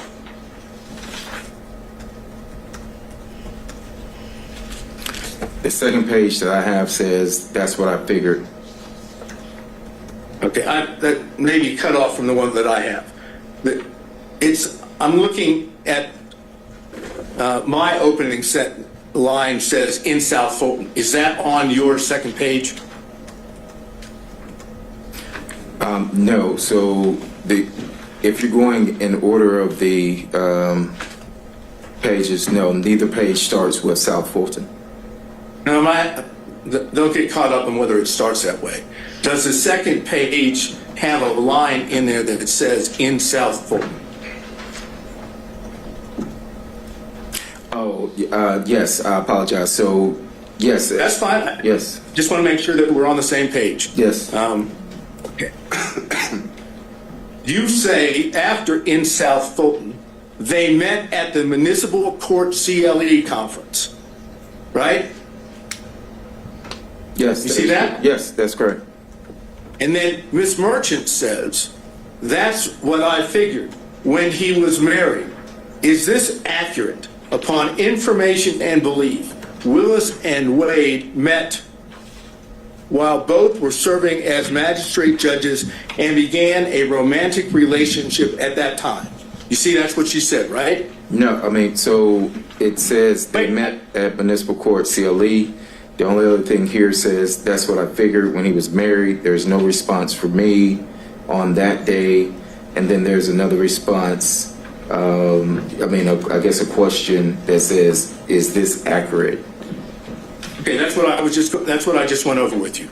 Okay, so I don't have anything in that, is this accurate at all? I can show the court, No. it just says, is this accurate with the question mark? I don't have anything following that. You don't have, after that, upon information and belief, Willis and Wade met while both were serving as magistrate judges and began a romantic relationship at that time. I apologize. It goes to the next page. I apologize. No problem. Yes. Just want to make sure. So, no, I see that now, yes. All right, so that's what I just read is exactly what Ms. Merchant said to you in the text, right? Yes, that was in the text. Is it accurate upon further information? Yes, that's there. And again, since you have told us that you were speculating when you gave the answer that we went over with previously, on this one, you don't say, I don't know. You simply correct her by saying no, municipal court, right? Yes, so she asked, was it accurate? And I said it wasn't accurate. No, it wasn't accurate. It was municipal court. Right, and when you said it wasn't accurate, it was municipal court, you didn't say, no, that's not accurate. They didn't start a romantic relationship at that time, correct? No, but I was referring to the municipal court. No, it wasn't accurate as it applied to I was answering the no municipal court, meaning when she said, is that accurate, it was to the municipal court, not magistrate court. Okay, but you didn't say that the rest of what she asked you was accurate. You didn't say, no, that's inaccurate. That's not true. That's not accurate. You simply said the only thing that wasn't accurate was municipal court should be there instead of magistrate, right? So I was answering the question of, it was a compound question. And I was answering the question of, she wrote magistrate court and I said no, municipal court. Right, but it's not compound. It's one statement upon Mr. Sadao. information that believe. I'm sorry. No, that's okay. I know the feedback and the delay is complicates things, but I think you've adequately made your point here, and I don't think we need to belabor it much longer. Let's move on to the next issue.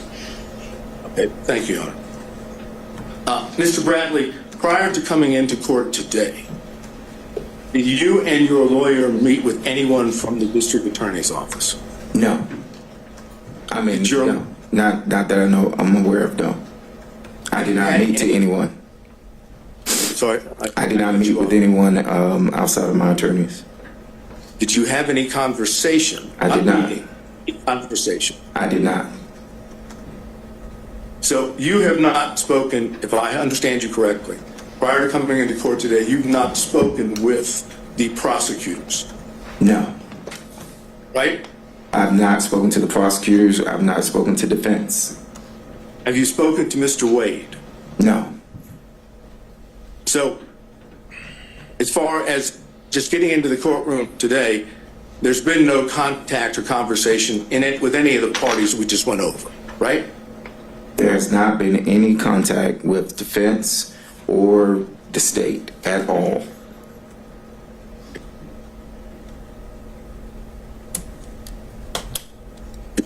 I think I have basically just one or two more questions.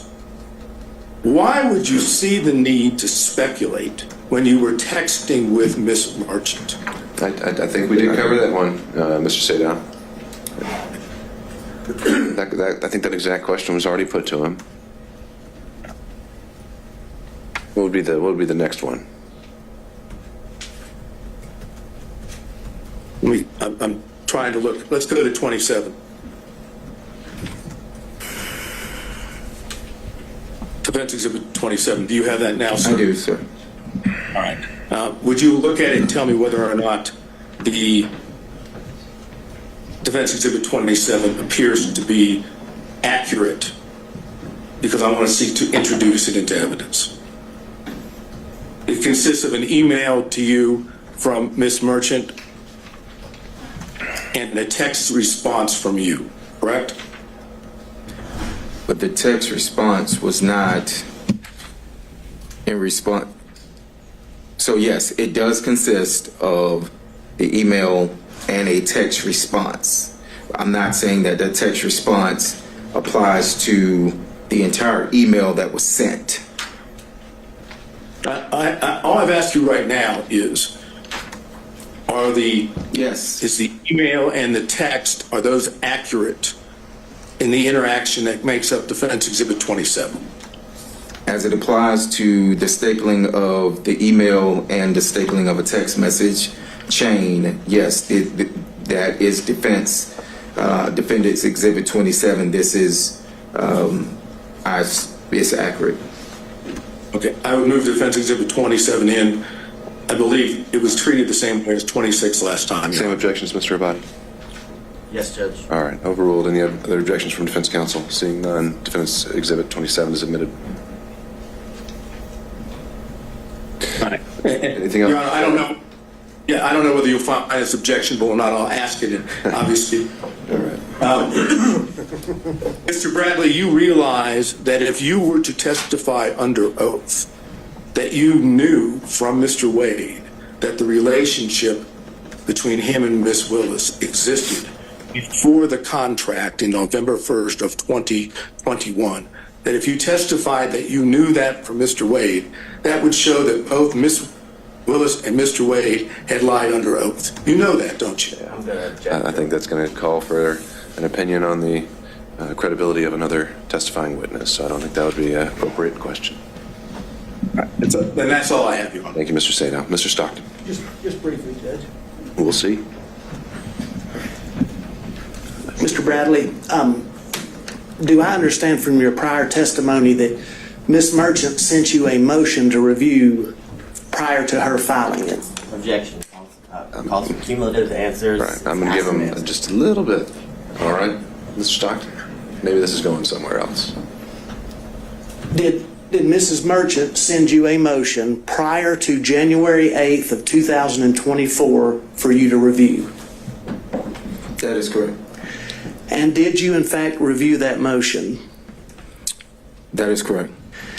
And did you indicate to Ms. Merchant that the contents of that motion seemed okay to you? Well, so you're referring to Exhibit 27, which, as I stated a few minutes ago, one is an email, one is a text chain. So in the text chain, when I never responded to the email, I never responded looks good or anything to the email that was sent to me. However, in the text chain, what you all are trying to merge together is the fact that I was asked about the contract, and that contract was $74,000, and me being added back to that. So when I said, and I think before that in that text, it referred to me being added back, and at that time I said yes, looks good. And you're aware and you recall that when Ms. Merchant presented you with that motion, she asked you not to disclose it to anyone until she filed it. Is that correct? We are covering, I think, the last 5 or 6 questions. We've covered ground. Let's get to that ultimate point. I'm trying to get there, Judge, I promise you. Okay. Repeat the question, I'm sorry. She asked you not to disclose that motion to anybody until she filed it, correct? I think so. I think that was in the text message, yes. And you knew, in fact, it was her intention to file that motion, correct? The actual motion that she, that was sent? Yes. I knew that she was going to file a motion, yes. I do not think that that was the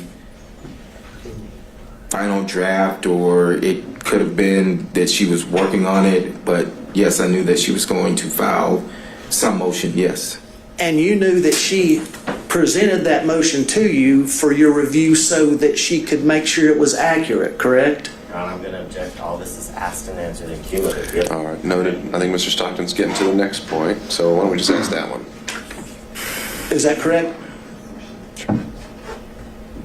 Did you? Why don't we combine that with the next question, so we're not having to lay bit by bit every single time. Mr. Bradley, you knew that Mrs. Merchant was relying on your review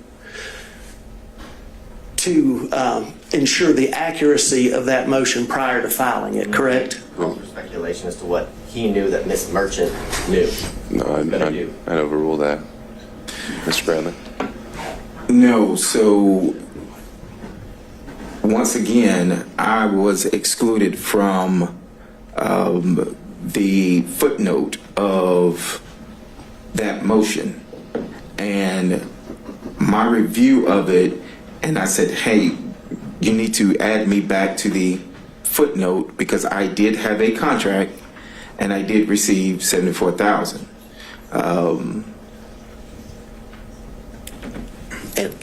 If I may help you out, let's talk just about that part of the motion that deals with the relationship between District Attorney Willis and Mr. Wade.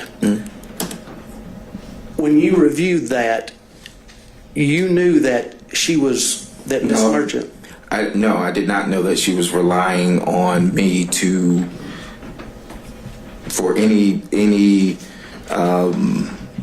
relying on me for any accuracy other than what was put in there about the $74,000. Mr. Bradley, if there was something patently false in that motion, you would have told Ms. Merchant, wouldn't you? I can't say that I would or wouldn't have. I don't know what I would have told Ms. Merchant. If there was something patently speculative, you would have told Ms. Merchant, wouldn't you? I don't know what I would have told Ms. Merchant. She asked me, was it accurate? We were discussing the $74,000 that was left out. Again, if I may direct you just to that portion dealing with the relationship between Mrs. Willis and Mr. Wade. You didn't tell her that there was anything patently false in that because you didn't see anything patently false in that motion as it relates to the relationship.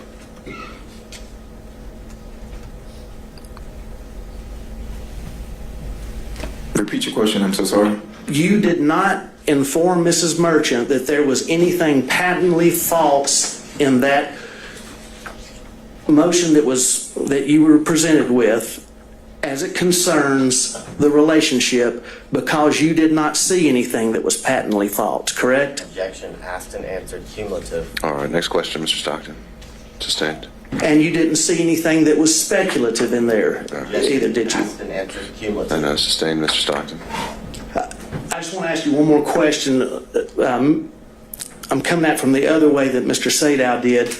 Did anybody from the district attorney's office or any witnesses in this case contact you about Ms. Merchant's motion from January the 8th of 2004 until today? Did anyone contact me about her motion? Yes, from the district attorney's office or any witnesses or anybody else involved with the case besides the defense? Other than the only personal call that I had was with Gabe Banks. I never spoke to anyone else, and to my knowledge, he's not a part of this, so. That's all I got, Judge. Thank you, Mr. Stockton. Mr. Durham, if you're still with us. No question, Joe. Thank you, sir. Mr. McDougall.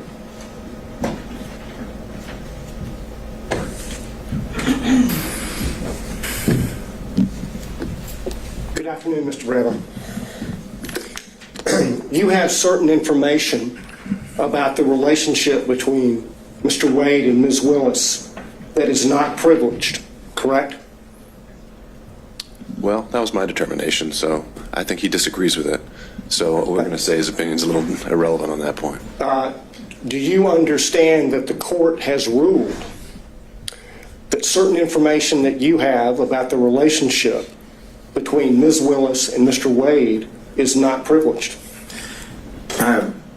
The court's ruling, as I understood it, and as my lawyers and I understood it, of the privilege not existing was based off of a conversation that was had in my office, in the back of my office, which was confidential, with Mr. Wade and I. That's what was asked of me on yesterday, and that's what the ruling, to my knowledge, unless I'm being corrected here now and saying that it's more, it was that particular piece that the judge said did not have privilege. And have you testified already today to the sum total of your knowledge of the relationship that is outside the scope of the privilege according to the court's ruling? Can you answer that again? I'm sorry, I didn't understand it. Referring to what you understand to be the information that is not privileged, have you testified to the sum total of that information? I think I have, yes. I think I've testified to that, yes. All right, sir. That's my questions. Thank you, Mr. McDougall. Mr. Rice.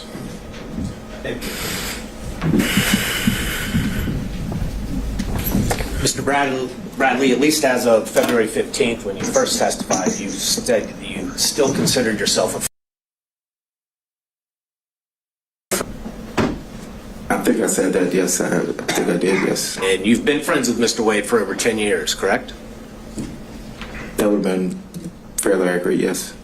And you recall communicating with Ms. Merchant about this case and about Mr. Wade and Ms. Willis's relationship, correct? I'm going to object as to past and answered and cumulative by all 3 previous. Sure. We don't have to lay that foundation. Why don't we combine it with the next question where you've got a new point to make?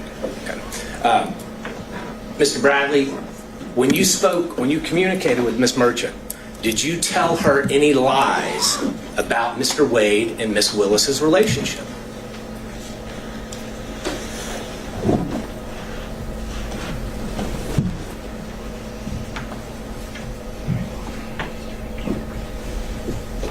Did I lie to Miss? That's a simple question, Mr. Bradley. You're a lawyer. Did you lie to Ms. Merchant when you told her facts about Mr. Wade and Ms. Willis's relationship?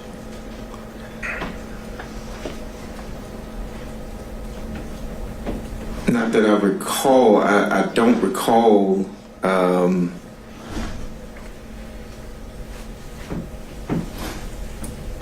I mentioned earlier that I speculated on some things. I've testified to what I did know, so I can't recall whether or not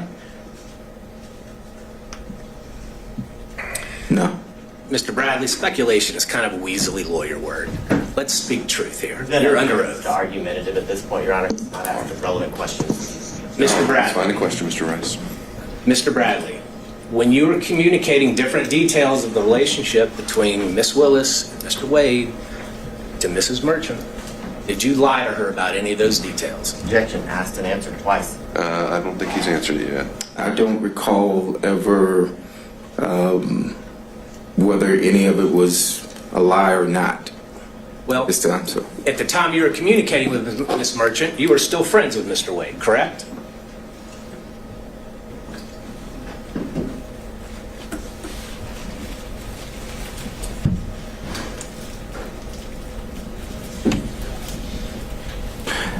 yes, And at the time you were communicating with Miss Merchant, you knew that she was talking to you in her role and capacity as an attorney in this case, correct? correct. And you knew that she was going to use that information to somehow benefit and file a motion benefit her client, correct? Object to I suspend. did not know that. Okay. So I did not. Oh, I'm sorry. So as an attorney yourself, you are testifying here under oath that you had no idea what Miss Merchant was going to do with all the details that you were giving her about Wade and Willis's relationship. So at the time, no, I did not. I knew that Miss Merchant was gathering information. That is correct. Okay. And did you lie to her when you told her that the relationship began before 2020? I don't think we need to drill into specifics. He's covered it at a high level. I don't think we're going to get much out of this. Mr. Bradley, isn't it true the only thing that has really changed? Well, when you were speaking to Miss Merchant, whether by text or by telephone, you never said to her that I don't remember or that I'm speculating, correct? I don't recall. Well, you've looked through a whole lot of text messages. Do you remember ever seeing any communication from you that said, I don't remember?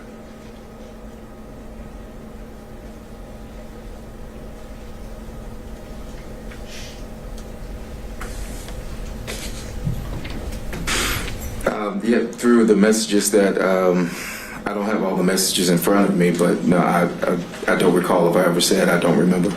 Do you recall seeing any text messages where you replied to her or gave her details where you said, I am speculating about this detail? No, I never used the word speculating, no.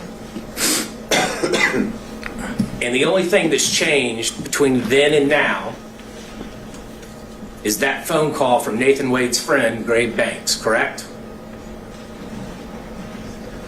No, well, Gabe was my friend, and I actually stated that the first day that I was here was that I've known Gabe for a few years, and that we are fraternity brothers. And so I never said that that anything changed behind Gabe Banks. So you never told Miss Merchant that you were worried that they were threatening you? Objection asked and answered when he was asked this on February 16th and today. Mr. Rice, we've covered this. And just to be clear, you didn't attend college with Mr. Banks, did you? I did not attend college with Mr. Banks. When you referred to him as your fraternity brother, y'all just both happened to have pledged the same fraternity, different colleges, different chapters. Well, that's what we consider fraternity brothers, yes, sir. And as a normal course of your relationships with your friends, do you pass on lies about your friends?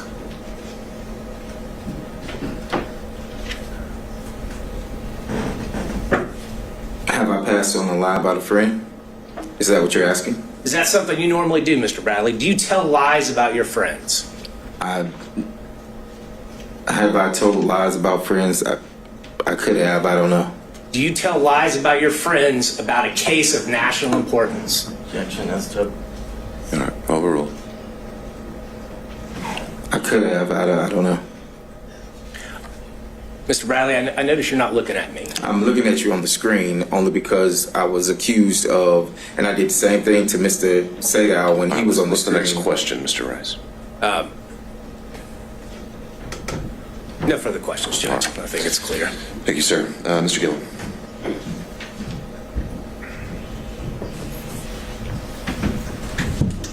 Good afternoon, Mr. Bradley. A few questions. A lot of folks have taken up the questions that I wanted to ask, but I've got a few left here. We'll see. We'll see. You said Mr. Bradley, you said you didn't know what Ms. Merchant was going to be doing with the motion that she sent you. You remember that testimony a few minutes ago?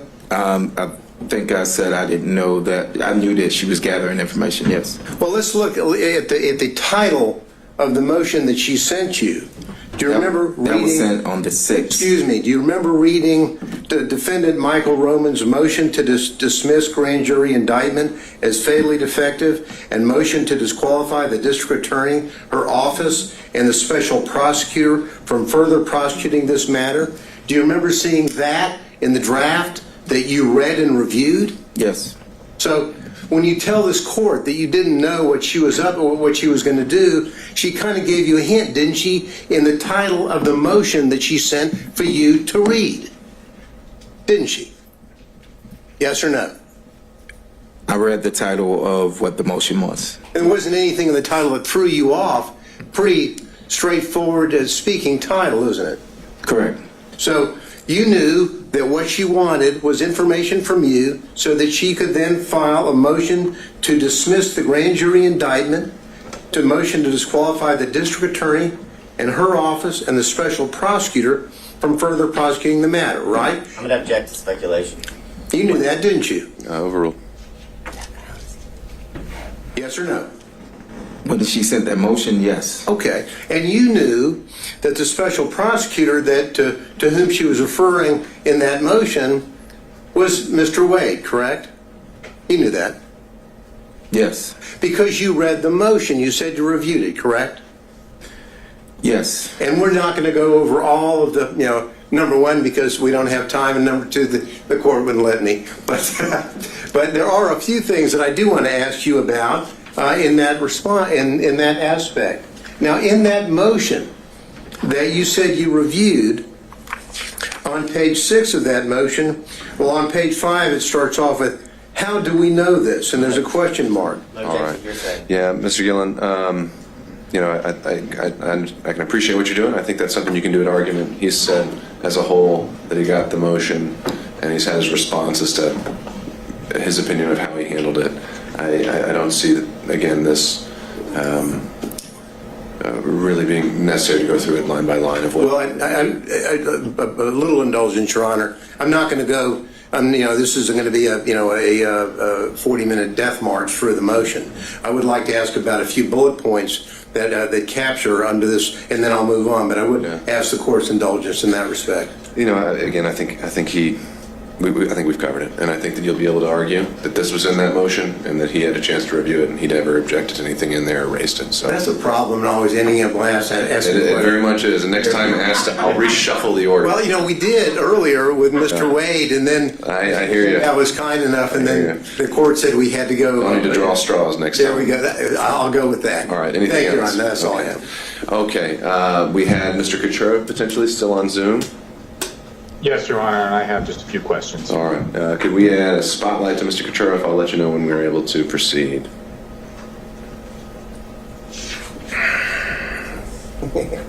Judge, before he starts, can I take a 5-minute restroom? Absolutely. 2 hours. Yeah, we've been going 2 hours, so let's come back at 4 o'clock.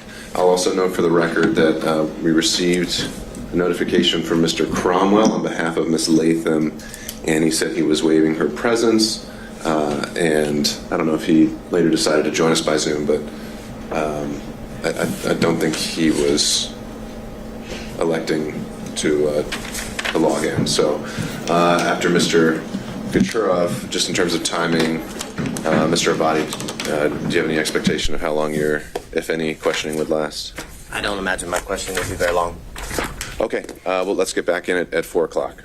Mr. Bradley, you can just step out of the jury room.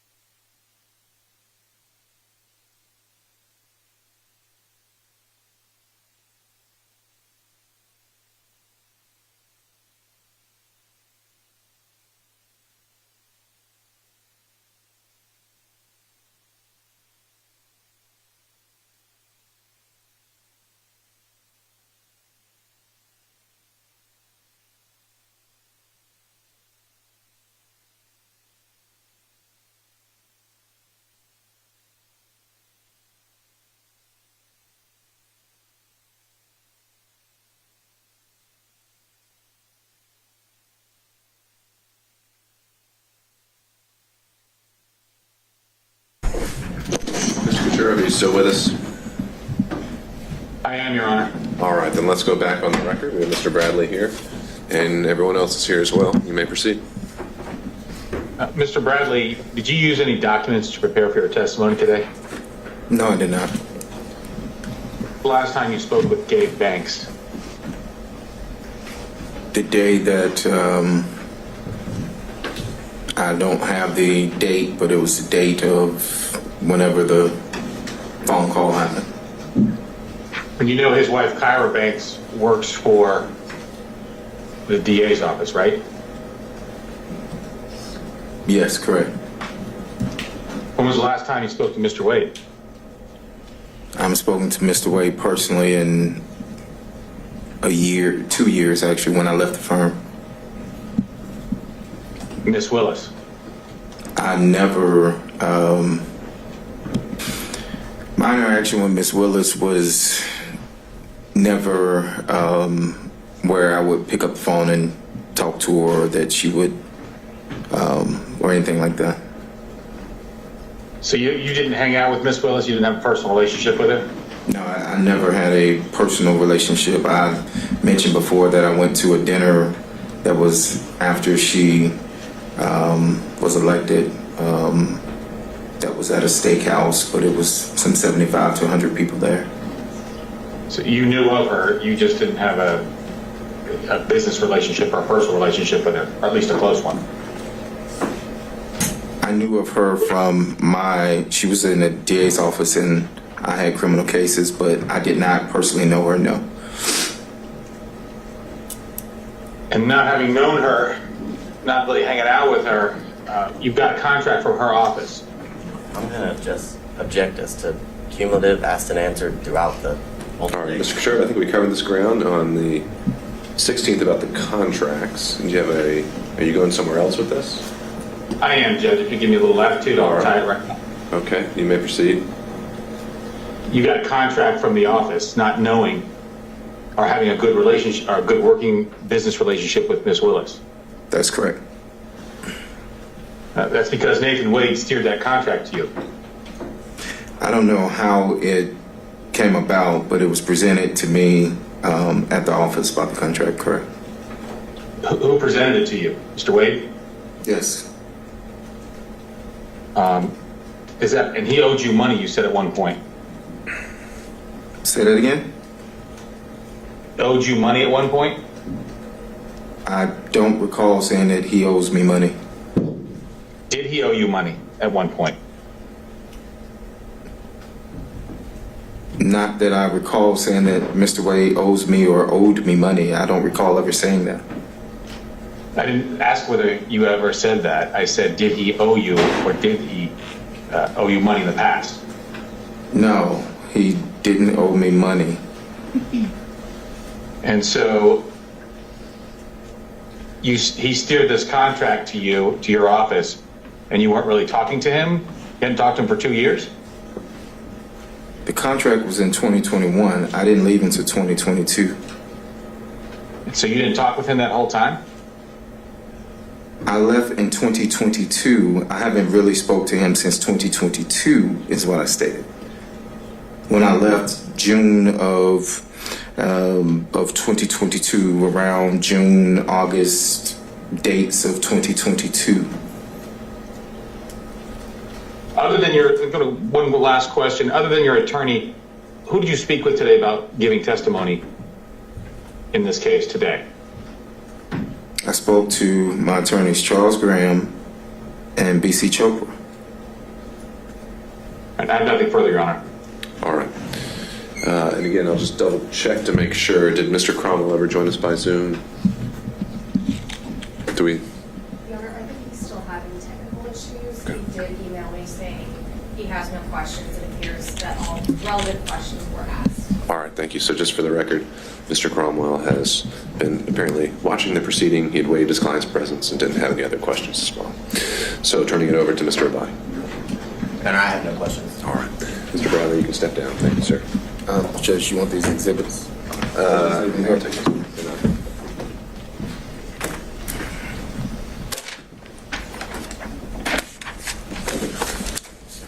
May I excuse you? I have a follow-up based on some questions, and it's just about the text. And what, just by way of proffer, what about the text? Just to admit, so when other people asked about the text, some of them weren't in the record today, so I organized them. They're the ones that have been talked about today, so I just organized them. I just wanted, for a point of reference, to have them. Okay. And do we need Mr. Bradley for that? I don't believe so, but Have you marked them? yes. Have you showed them to the state? I gave a copy to the state, but so these Mr. are. Bradley, just hang on just for 1 second, just to make sure. Well, I give you all of them, so. Submitting all of them? No, but you can. The entire packet if you want. And I'll send it to you. And while he's looking at that, Mr. Bradley handed me Defense Exhibit 23, 24, 25. Judge, I didn't realize that they were This- in my folder. Oh, is that from the hearing? Yeah. From on Friday? All right, well, thanks for returning those. The reason I present it is because Let me make sure. because of your objections, front part and the back part of this. So if you have anything, Okay, so I've got 23, 24, 25. Anything else in your binder? No, sir. Good. Okay, and have we come to any conclusions on, what, I'm sorry, how did you mark it? I marked it, I think we're up to 39, surprisingly the state objects. All right, Defense Exhibit 39 is tendered and admitted without objection. Well, no. Oh, I'm sorry. Oh, okay. Text messages that weren't referenced today with, are confronted with, Okay. as it relates to Mr. Bradley. So these are additional text messages, Ms. Merchant? No, so what I did was they objected that they weren't complete because like the first part of the text wasn't there. It was just like, oh, there was something before that was said. So what I did was I spent this whole time trying to line them up so that I had the beginning of the text, the middle, based on their objection. They have all the text. They can admit all of them if they want them complete. And All right. How about, I'll just do this. Just, I understand the desire just to have the complete text chain just for purposes of completing the record. I think that there's no point in having him sit here and authenticate every single one of them. So I'm willing to admit it as a court's exhibit. And only the exhibits, though, that have been previously tendered or referenced in testimony would be ones that actually are relied on for making any findings. But just so it's on the record, we have the complete text chain, should that ever be an issue for some reason. Any thoughts about that, Mr. Abadi? My only thoughts are this is not the complete text chain. I was able to briefly look at Ms. Merchant's phone when she allowed us to have it for a couple of seconds, minutes, and there are text messages I know that I saw that are not in what is purported to be State Exhibit 39. Okay. All right. Ms. Merchant, what about that? I let them take screenshots of the ones that they thought weren't there, and he sent them to himself on my phone. I have also offered to hook my phone up to whatever it is. My phone's an iPhone. His is an Android. I can't download like you could in a normal text. I told them if they had a system to get all of my texts, they could have every single one of them. We can definitely do that. Your Honor, if I may. Yeah, Mr. Rice. The texts that she's submitting now and tendering into evidence, they are specific parts of the conversation. The entire text chain isn't a continuous conversation subject to Rule 601. Those particular parts, given the witness's testimony, should be admitted as substantive evidence of prior and consistent statements with this testimony today. It would be up to the government and the state if they then want to introduce the rest of it. Have at it. Yeah. Sure. I think that's a fair point that if he had been confronted with a particular text, that could have been the opportunity to admit it as a prior and consistent statement for impeachment. And some of them were. But apparently some of them were not. I'm taking those out. So I'm taking out the ones that they said he wasn't confronted with, and I'm just going to admit the ones that he was confronted with. And that's fine. It just makes it more confusing, but it's fine. All right. So we have a newly marked, newly compiled 39. Let's see what the state thinks Those of are the ones that. that I showed him on the stand. All right. Regardless, if that's now what is being discussed, again, I don't see a need for Mr. Bradley to be here any longer, so I'm going to excuse him at this point. Thank you, Mr. Bradley. Judge, may we be? Of course. Take care. Yes, that's right.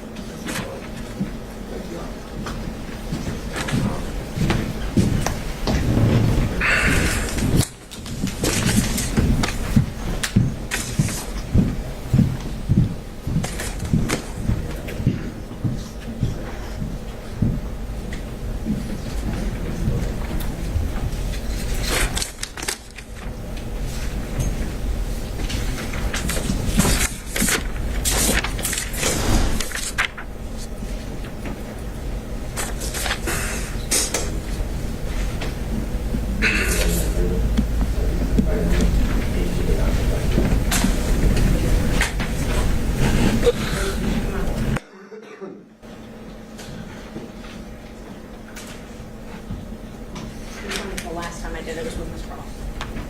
But you didn't confront him with them. When Ms. Cross had to make a witness.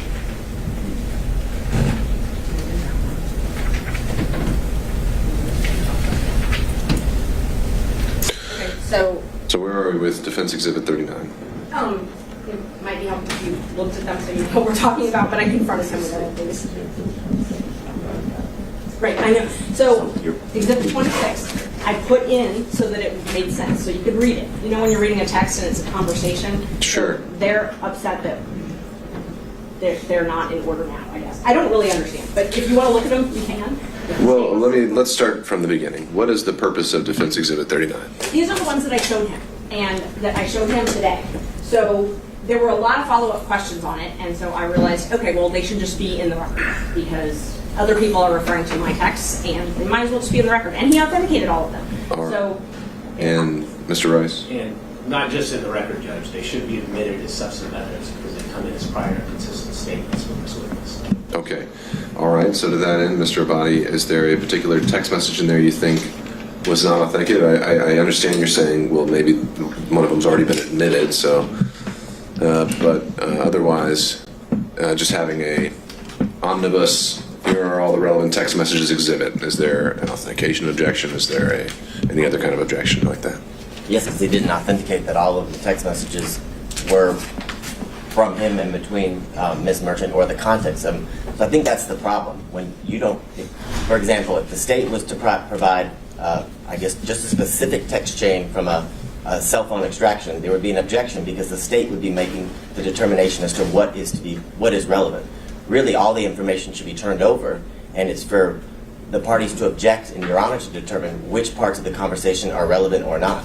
I don't have all of the conversation. The conversation starts in September, and then, so there's a few text messages from September, and then we jump to January.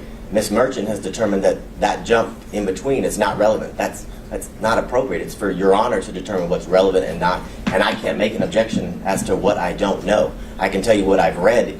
It seems as if there are definitely parts that are missing that would make certain parts of the text message she's attempting to admit that she didn't confront the witness with would be my objection. But only the relevance can only be determined if we have the full chain. So she's determined which ones are relevant. That's your job. Sure. So, didn't she just try to do the full chain as an exhibit just a moment ago? No, we don't have the full chain. The full chain is text messages that begin in September and continue down. That's not contained in that entire package. They're on her phone.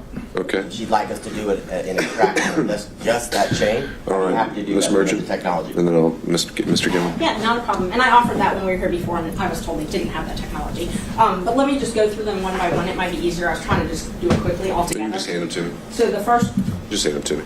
I can read them. so those, and I marked them all separately. While I'm Those reading are the them, ones- Mr. Gillen, what did you have to add? Brief point, Your Honor. Apparently, this merchant has allowed the state to take screenshots of what they now contend would be the larger perspective on, and I disagree with them about the rule of completeness, but it's their job when something is admitted that if they have an objection because the context is not appropriate, they then move. The state should move the rule of completeness, the admissibility of the other emails chain that they had. So the real issue here is their failure to comply with the rule of completeness once they had the material from the last hearing that they took screenshots of. Well, isn't that what he's doing now? Because now they're being tendered? I don't think that he is. I mean, it seemed to me that what was happening here is this Ms. Merchant has tried several different ways to get it in. She wanted everything in, and they objected to that. Then she wanted the segments in that had been, the witness had been asked about, and that's what she's trying to do.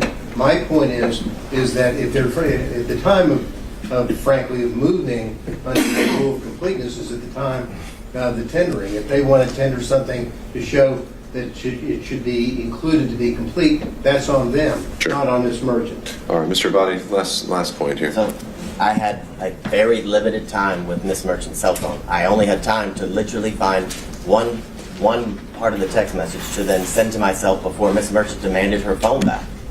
So I did not have the opportunity to screenshot every missing part of the conversation to then do as Mr. Gillum is saying that should be done, but it can't be done if I don't have the information. So you don't have the complete packet, and there are many of the text message screenshots that you have printed out that were not used to confront Mr. Bradley or refresh his recollection. So they're inadmissible evidence. If anyone missed the opportunity, it was the defense counsel to confront him. All right. I don't think we need to go back and forth any further. Ms. Merchant, you said to print out a complete chain of every text exchange with Mr. Bradley since you began corresponding with him. I'll give you the chance to do that, and you can follow up by email with that exhibit. It would be the complete chain without any deletions or removals, and we'll have that marked as Defense Exhibit 39. Thank you, Judge. I have got to respond, though. In court Friday at 1:57, when Mr. Abadi texted himself the screenshots, I literally wrote him, "Do you want any other screenshots? I have nothing to hide. You can download my phone if you want." So, All right, we're done. Okay, so I'll wait back to hear from y'all on Exhibit 39.